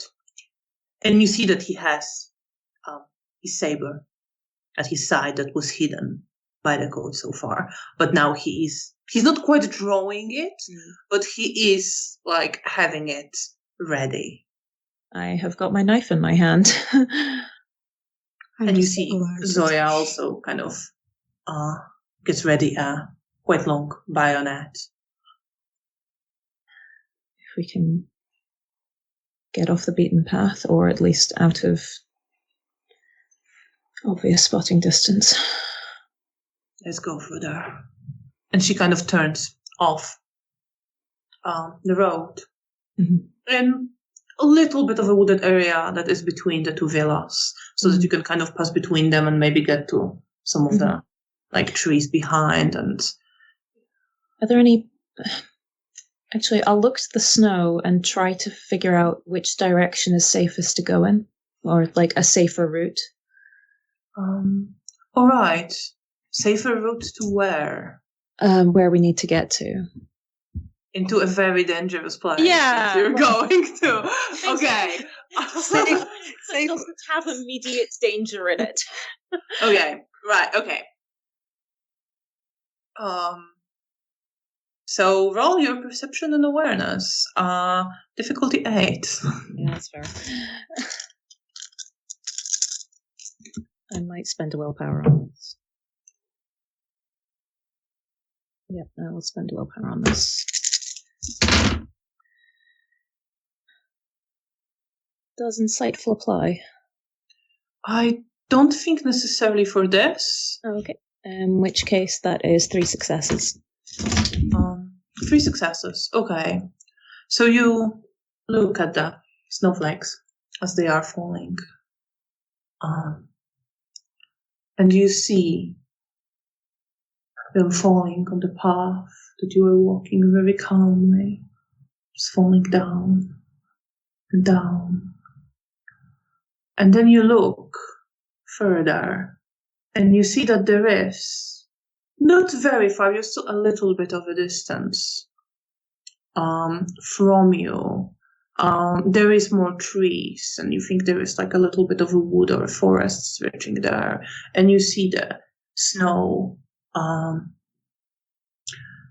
swirl more, moved by the wind over there, and you hear the howling of the hound again, and you know you shouldn't go into that forest. Okay. We want to avoid the forest. Should I stick to the path then? I think so. The path does look calmer. Sorry, I'm trying to read things as I'm seeing them. Sorry. Yeah, the forest is dangerous. You see Zoya looks at you with this kind of calculating look, evidently assessing everything that you're saying and trying to make sense of it and trying to evaluate which of it is valuable. And Isidore says, we'll trust you on that, I think. Thank you for your insights. I see omens. I can read things in the weather and that sort of thing, so...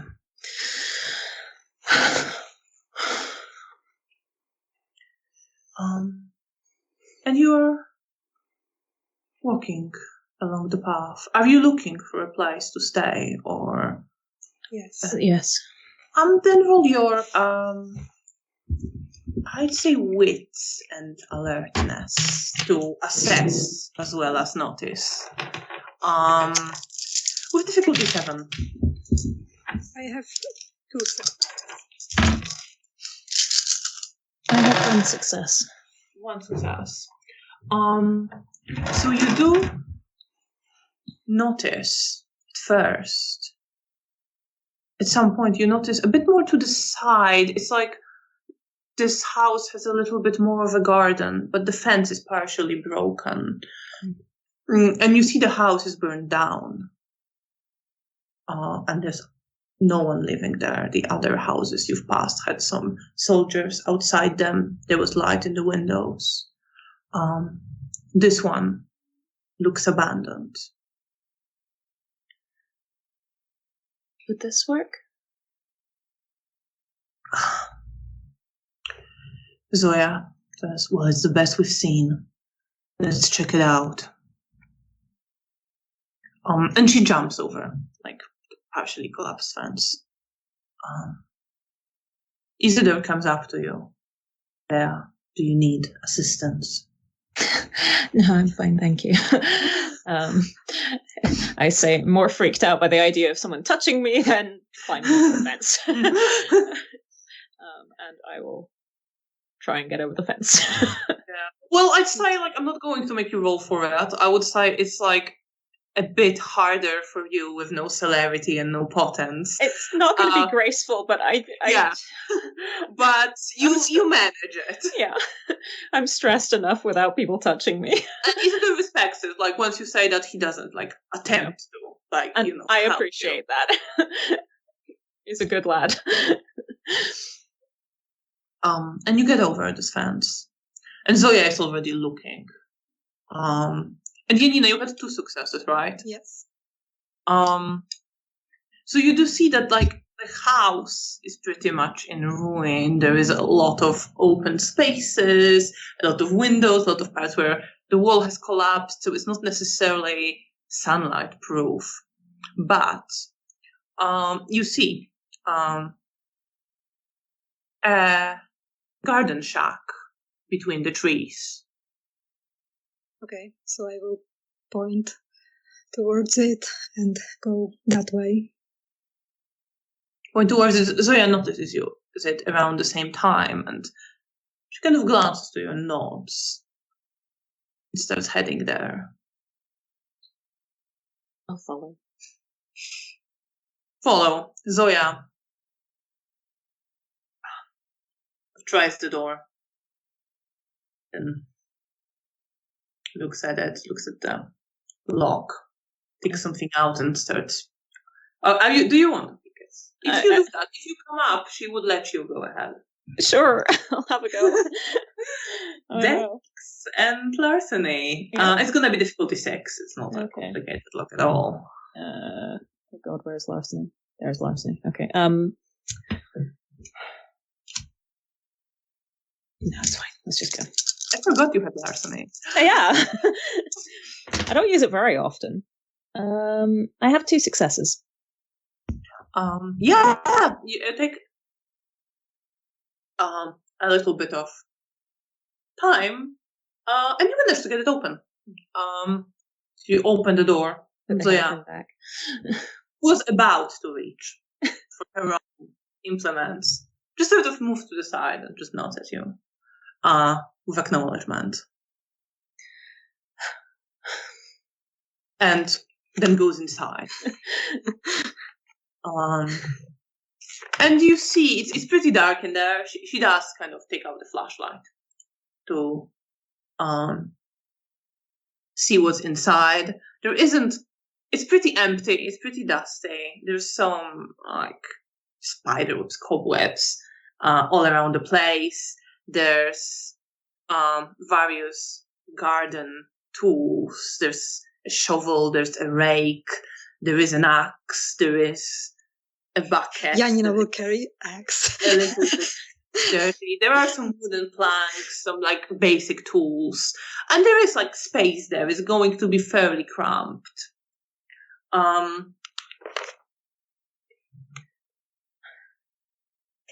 Well, it's usable. Yeah. I don't think we have anything else. At least we already have this. If we can find anything better, then this will do.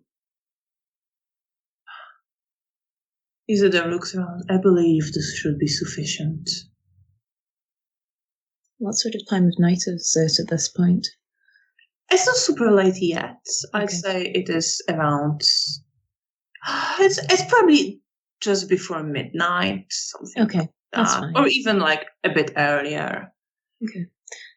I'll pull out my map and try and mark the rough location, just in case we get separated, so that I can find it back.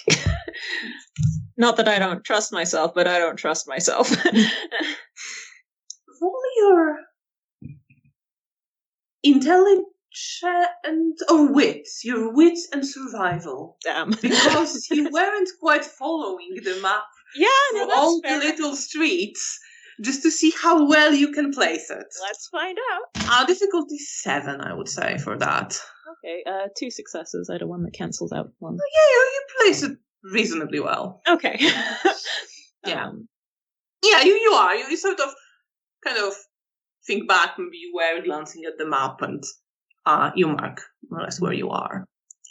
Roll also your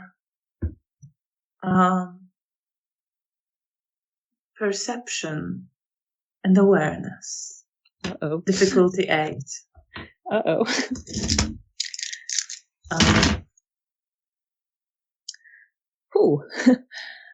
4 successes. 4 successes. Okay. So, before we come to that, as you are looking at the map, Janina, what are you doing? Are you helping yourself to any of the things in? I'm trying to find out if there's anything, because axe is good, but I don't want to be carrying axe around here out in the open. So I'm looking if there's something small but sharp that I could use as a weapon. Let's say there could be some sort of basic knife. Yeah. Did you have an idea for what could be there? Oh, maybe I could make a stake out of the rake, put out and make a stake out of it with the axe, point it out and make it like a weapon. Yeah, you can absolutely make a stake, no problem. So that's what I'm doing. So you are breaking things and making a stake. You see Isidore and Zoya, they're sort of carrying some of the wooden planks and they're talking about if it comes to sleeping there, we can very quickly sort of secure the door even more shut with those wooden planks so that, and they kind of look for gaps where the daylight might come in to also do the same, and you see them sticking the wooden plank to one of the walls where the little window is, just to cover it. Bea, as all this noise is happening around, you get a sense of someone watching you. I'm immediately on high alert. I look around. Do I see anyone? You look around and very faintly, you see a very faint figure of a tall, elegant, beautiful woman with golden hair falling very harmoniously down her back. And she's wearing a red gown, very sleek and elegant, sleeveless, and long red opera gloves. And she's looking at you. Do I get bad vibes from this woman? You get a little bit of a bad vibe, very distant. You're not sure where from. Great. Has she seen me watching her? I presume, well, as far as you can tell, she is looking at you. Okay. If you want to discern anything from the face that you're seeing, you can roll perception and empathy. Sure, let's go. Let's do that. Roll. Wait. Yeah. Why not? Doesn't Why not? actually apply? Sure, why not? What was my difficulty? 6. Oh. In which case that is 5 successes. 5 is not enough. Oh. Oh boy. You can't read anything from her face. Okay. Looking at you completely dispassionately. Great. And roll me again your perception. And what's your specialty in awareness? Someone's in my head. Why? Roll it with difficulty 9. That does apply. Great. Oh no. I might spend a willpower on this. Yeah, it takes okay. You are very focused on. Yeah, great. And sorry, what? My difficulty was 8? 9. 9. Okay. Well, I have 2 10s. I have another 10. Okay, that is 4 successes. Yes, you very clearly feel her reach into your mind. I just look at things there. It's not. It's a gentle sort of touch, but it is very present. I start just focusing on lullabies and songs and things that aren't relevant. You try. Actually, let's see. Oh.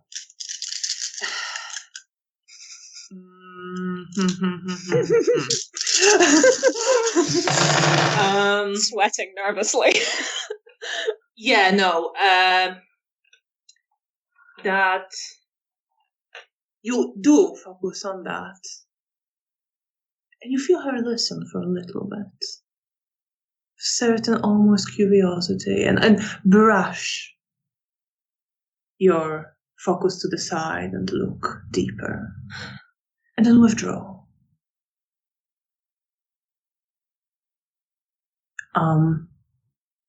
Janina, you would probably notice Bea staring. I don't know what Bea's expression is right now. No, if I notice her like freeze in a moment, like then I would probably like notice that something's like up. If she like stopped like doing something that she would and like just froze in a moment and seemed like tensed. Yeah, I'm staring. There's this look of very intense focus, a bit of fear. I'm not actively trying to hide it. It's very much just a... Bea, you okay? We've been seen. I clutch my new weapon and I look around. And where are the others? You don't see any. Yeah, you see like Isidore and Zoya. They sort of turn to you as they hear that, as they were like nailing a plank of wood to a wall. And they sort of freeze in that moment as well. And Zoya reaches for her bayonet. You said she's withdrawn? She's withdrawn from your head. Right. You still see her figure. Is she somewhere close? Yes. I give the rough location. Blonde hair, red dress, red opera gloves.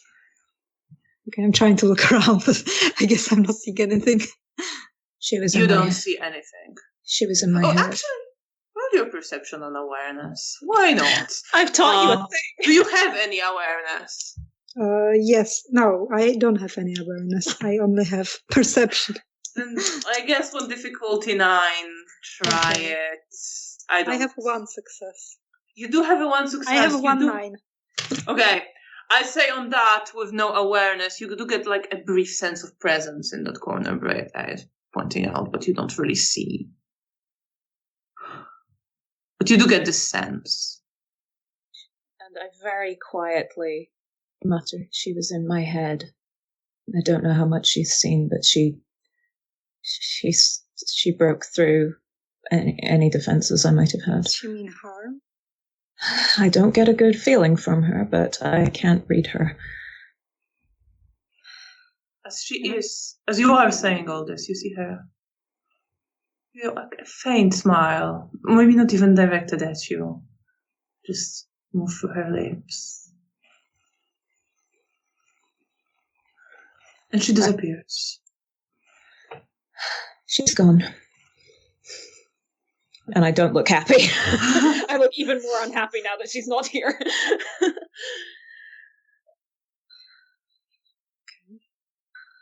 So, I guess we'll be staying here. I turned to Isidore and Zoya. She was in my head. I don't know what she's seen.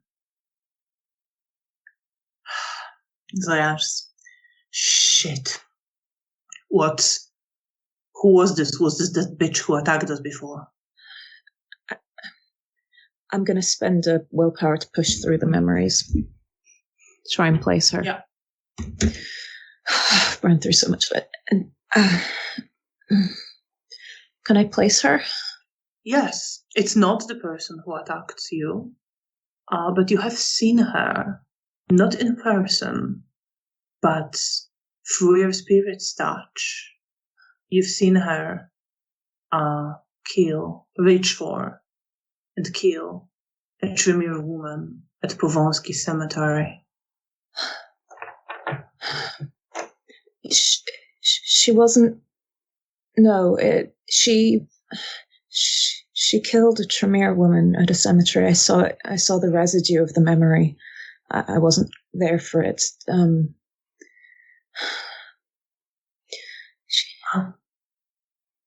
Well, she's bad news then, right? Yeah. Yes. I think that's pretty clear. The question is, what are we going to do about it?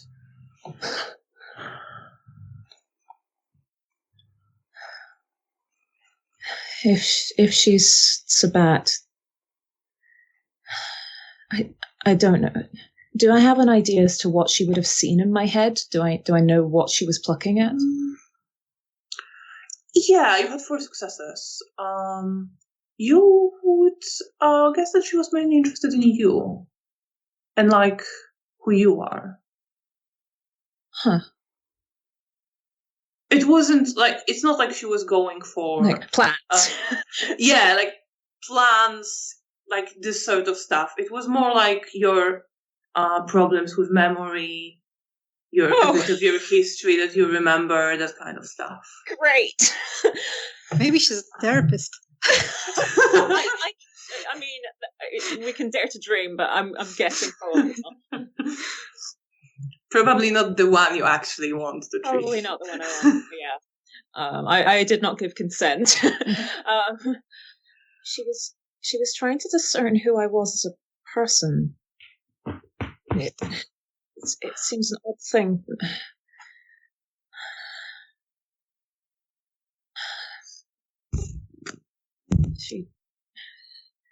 She rummaged around in there quite a lot. And I look quite uncomfortable. Isidore sort of comes closer. That sounds absolutely horrid. Wish I could do something. Not much we can do, I guess. But No. she wasn't looking for any plans or anything. So unless she's planning to try and impersonate me.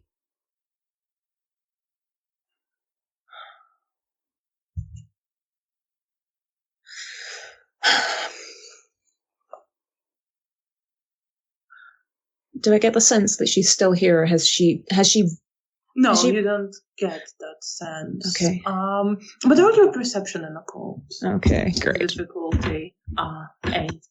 Oh boy.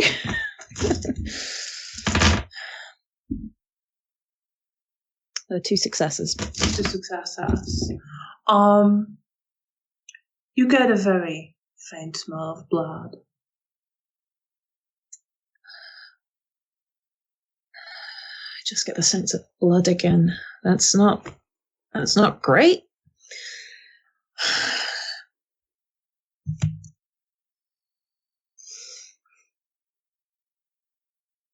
I don't know what to do with that. Zoya looks to everyone. Well, I see 2 options for us. 1, to bank up here, but we still have a lot of the night left. I think we should. Do you think she can be related to Oscar and where he is? I try to focus on Oscar and see if there's any ties between him and that woman. I think you don't even have to roll. You would, as you focus, sort of get a sense that, yes, sort of she also kind of, when she looked into your head, she registered that. Sort of. There was evidently it was something she stopped on, definitely. Okay. Yes, I think she has some connection to him. She showed some interest in that.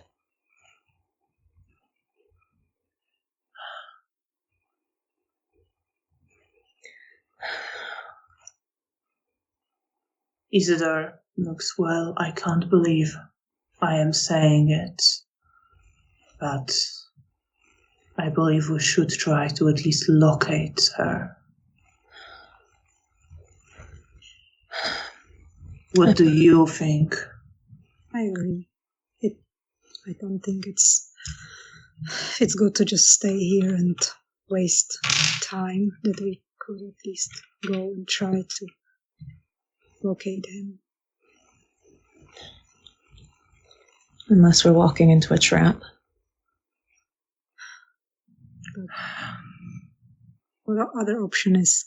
Wait and walk to that trap tomorrow? I suppose. He says we almost certainly are walking into something. Wonderful. I say let's get it over with. Well, let's try and figure out where she's going then, and I pull out my map. And I focus on the feeling of the woman in my head, the feeling of that presence. Then, right. I'll pull out the piece of thread from yesterday and try and see where it ends up. Then roll it. With difficulty 9 this time. You are stretching your senses quite a lot. I'm tired. It's been a long night. This is getting harder.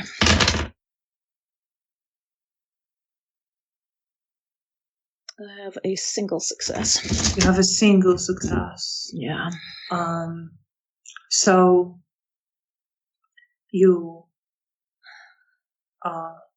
drop the threads, and it falls onto the map, and it falls like flat, almost making like a route. And for a moment, it looks to you a little bit like almost a river of blood running through this district of the city, and the smell gets stronger. And you can try to follow the strand from where you're smelling blood, although everything inside you is telling you to go exactly the opposite direction as well. I potentially have a trail I can follow, but I'm not getting good feelings off of it. Everything in me tells me this is a stupid idea.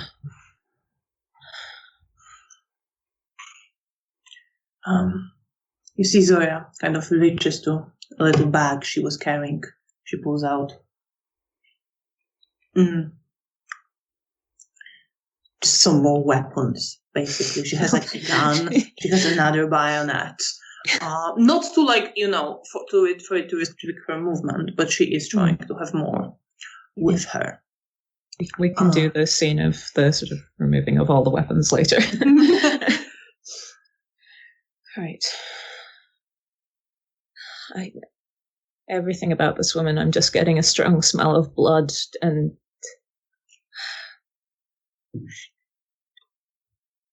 Isidore looks to you, Janina, and you, Bea, and says, I really appreciate your help, but I want you to know that I don't expect you to follow into the grave danger. If you want to turn back, I won't hold it against you. I don't want to turn back. We came all the way here. I'm gonna go and do whatever I can. I can't leave her to get into trouble without me. Although I don't look happy about it, but I look at her.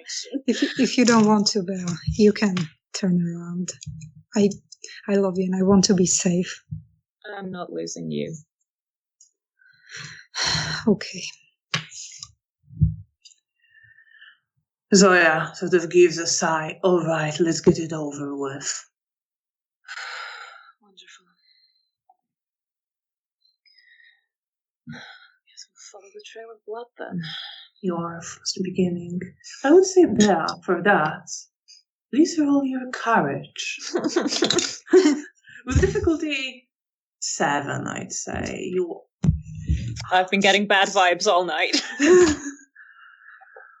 I have 110.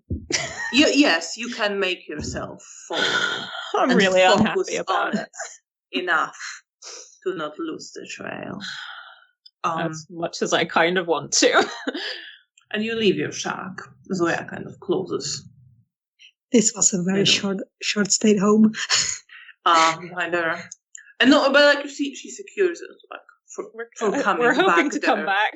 Yeah. And then they follow you. Zoya is staying fairly close, very alert. I'm so unhappy. I'm trying to go next to Bea and also be alerted, but also like be there with her. Yeah, everyone is very alert. Isidore is also very much on the lookout. I think I'm less alert and more aware. Yes. I'm not focused on my surroundings, I'm focused on the smell of blood. And you focus on the smell of blood. Going against your every instinct with every step. And you go back to the path, the little street you were walking, and you walk past a few more villas. You turn right, you turn left again. You hear again howling of 2 hounds somewhere in the distance. Now it's 2. Now it's 2. You see some soldiers who are clearly guarding some of the villas just give you this unfriendly, suspicious look. But you walk past them. And you are, as you're walking, getting closer to the forest. What's going through your head, Bea? Screaming? Just every instinct in me is saying this is a terrible idea, but I know that Janina wants to deal with this, and I don't want to leave her to deal with this by herself. And there's part of me that also doesn't want to leave Isidore and Zoya to deal with it by themselves. I feel like some sort of sense of camaraderie with them, I guess. But this feels so dumb. I'm hating Welcome everything in my about world. this. Yeah, I hate it. I'm sorry. And I guess I'm mentally praying that this doesn't lead to horrible, horrible things happening to us. How about you, Janina? What are you feeling and thinking? I'm not as worried about myself because I want to do it and I don't really care about the danger. I just, in my mind, I know I want to do everything I can to help Oscar, and if this is it, then I will do it. But I worry about Bea, and I clearly see that she is not, that I feel that she's doing it only because of me, and there's like a bit of guilt that if anything happens to her, that it will be my fault.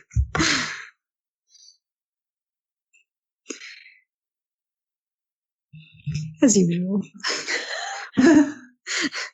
And you are walking closer to the forest. It is snowing a little bit more now. You see the snowflakes twirling in the air, obscuring some of the view. And eventually, you reach a house where the smell of blood is particularly strong. You see a high, black fence made out of metal, very spiky on the top, surrounding the garden and the villa. You see some empty dog kennels in the garden. And you see that the walls of the house are grown over by ivy, which now, in late autumn, is mostly leafless, dry. It's just its stems and stalks climbing up the walls in a pattern resembling tendrils or veins.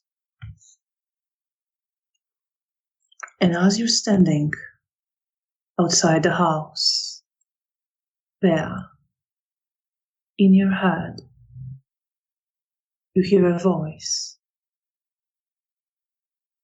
Beatrice,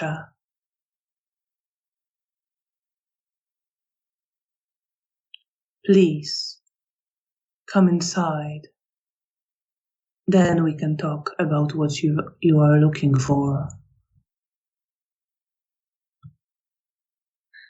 There's this moment where I freeze. Clearly sort of terrified, but also curious. The voice continues. No harm will come to you or your companions if you accept my invitation. Guests of the Zimishi are safe as long as they respect their host. I turn to the group. And you see,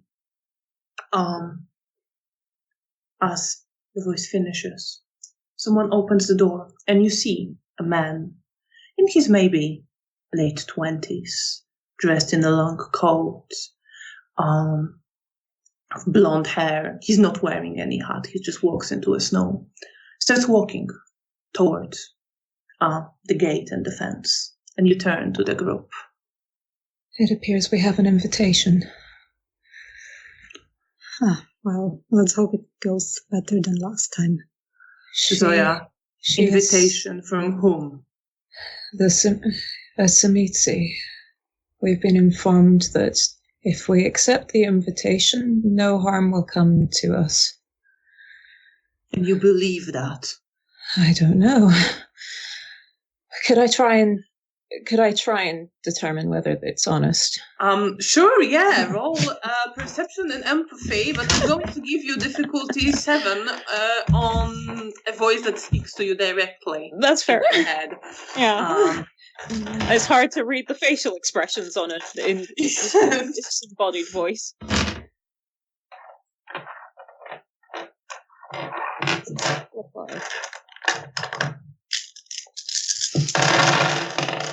Sorry, would insightful apply?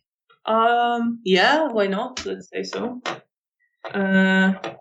Okay. Well, that is 2 successes. I'm not very... No, you have no clue. I don't know, but it appears they know that we're here. It sounded pretty dispassionate. Very regal. I don't get any particular sense of threat, nor I'm not getting much from them. But it appears that they know we're here, so... We're already here, so I mean... What else can we do? Zoya looks to Isidore. She's like ignoring you for now. Like, Isidore, this is suicide. That's how people don't survive. And he looks to her. I must admit I tend to agree, but I can't.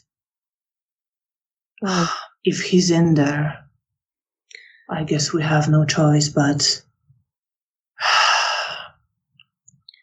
He kind of puts an arm on her arm as well, and they sort of holding each other like that now.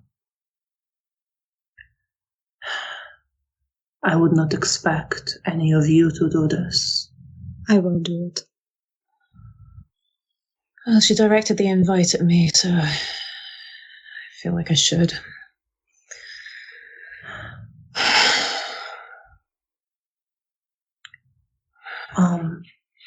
He still holding one arm, Zoya's arm, and she's holding an arm on his arm. They're locked like this. He looks to her. And she says, please don't. And he says, I know the risks. You, Zoya, come back to Zygmunt. Tell him. And he reaches under his coat, and he takes out just a little piece of ribbon, the colors of a French flag that he had somewhere on his chest, quite close to his heart. Give it to him, and tell him what happened if I don't come back.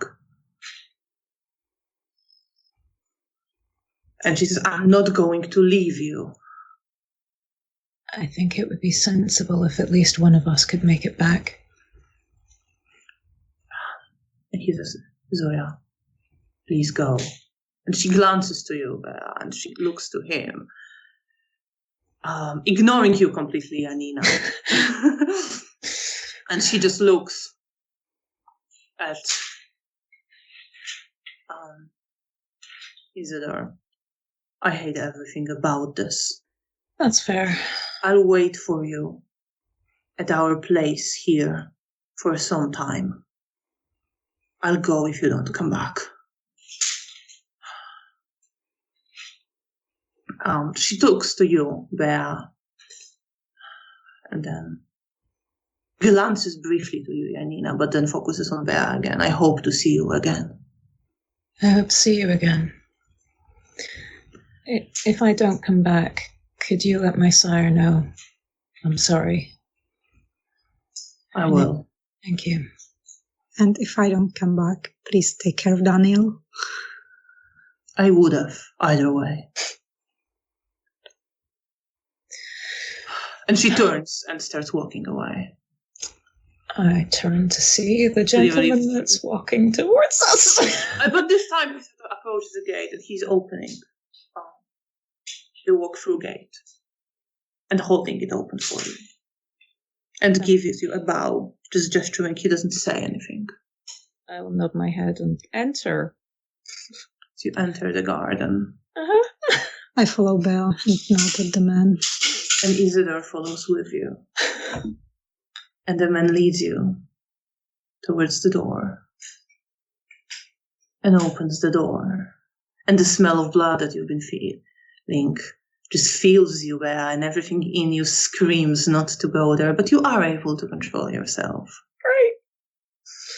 And the man opens the door to let you in. I enter. Is there like a doormat or anything? I'm There would be like a little hall, but for now he opens the door for you to go in, and you go in. Yeah, as politely as possible. Janina, do you follow? I follow, and I cautiously look around. You follow, look around the hall, and Isidore follows behind you. And the man closes the door behind you. And I think this is a good time to end the session. Since we decided to have a little bit of shorter one, but I'm glad we got to this point.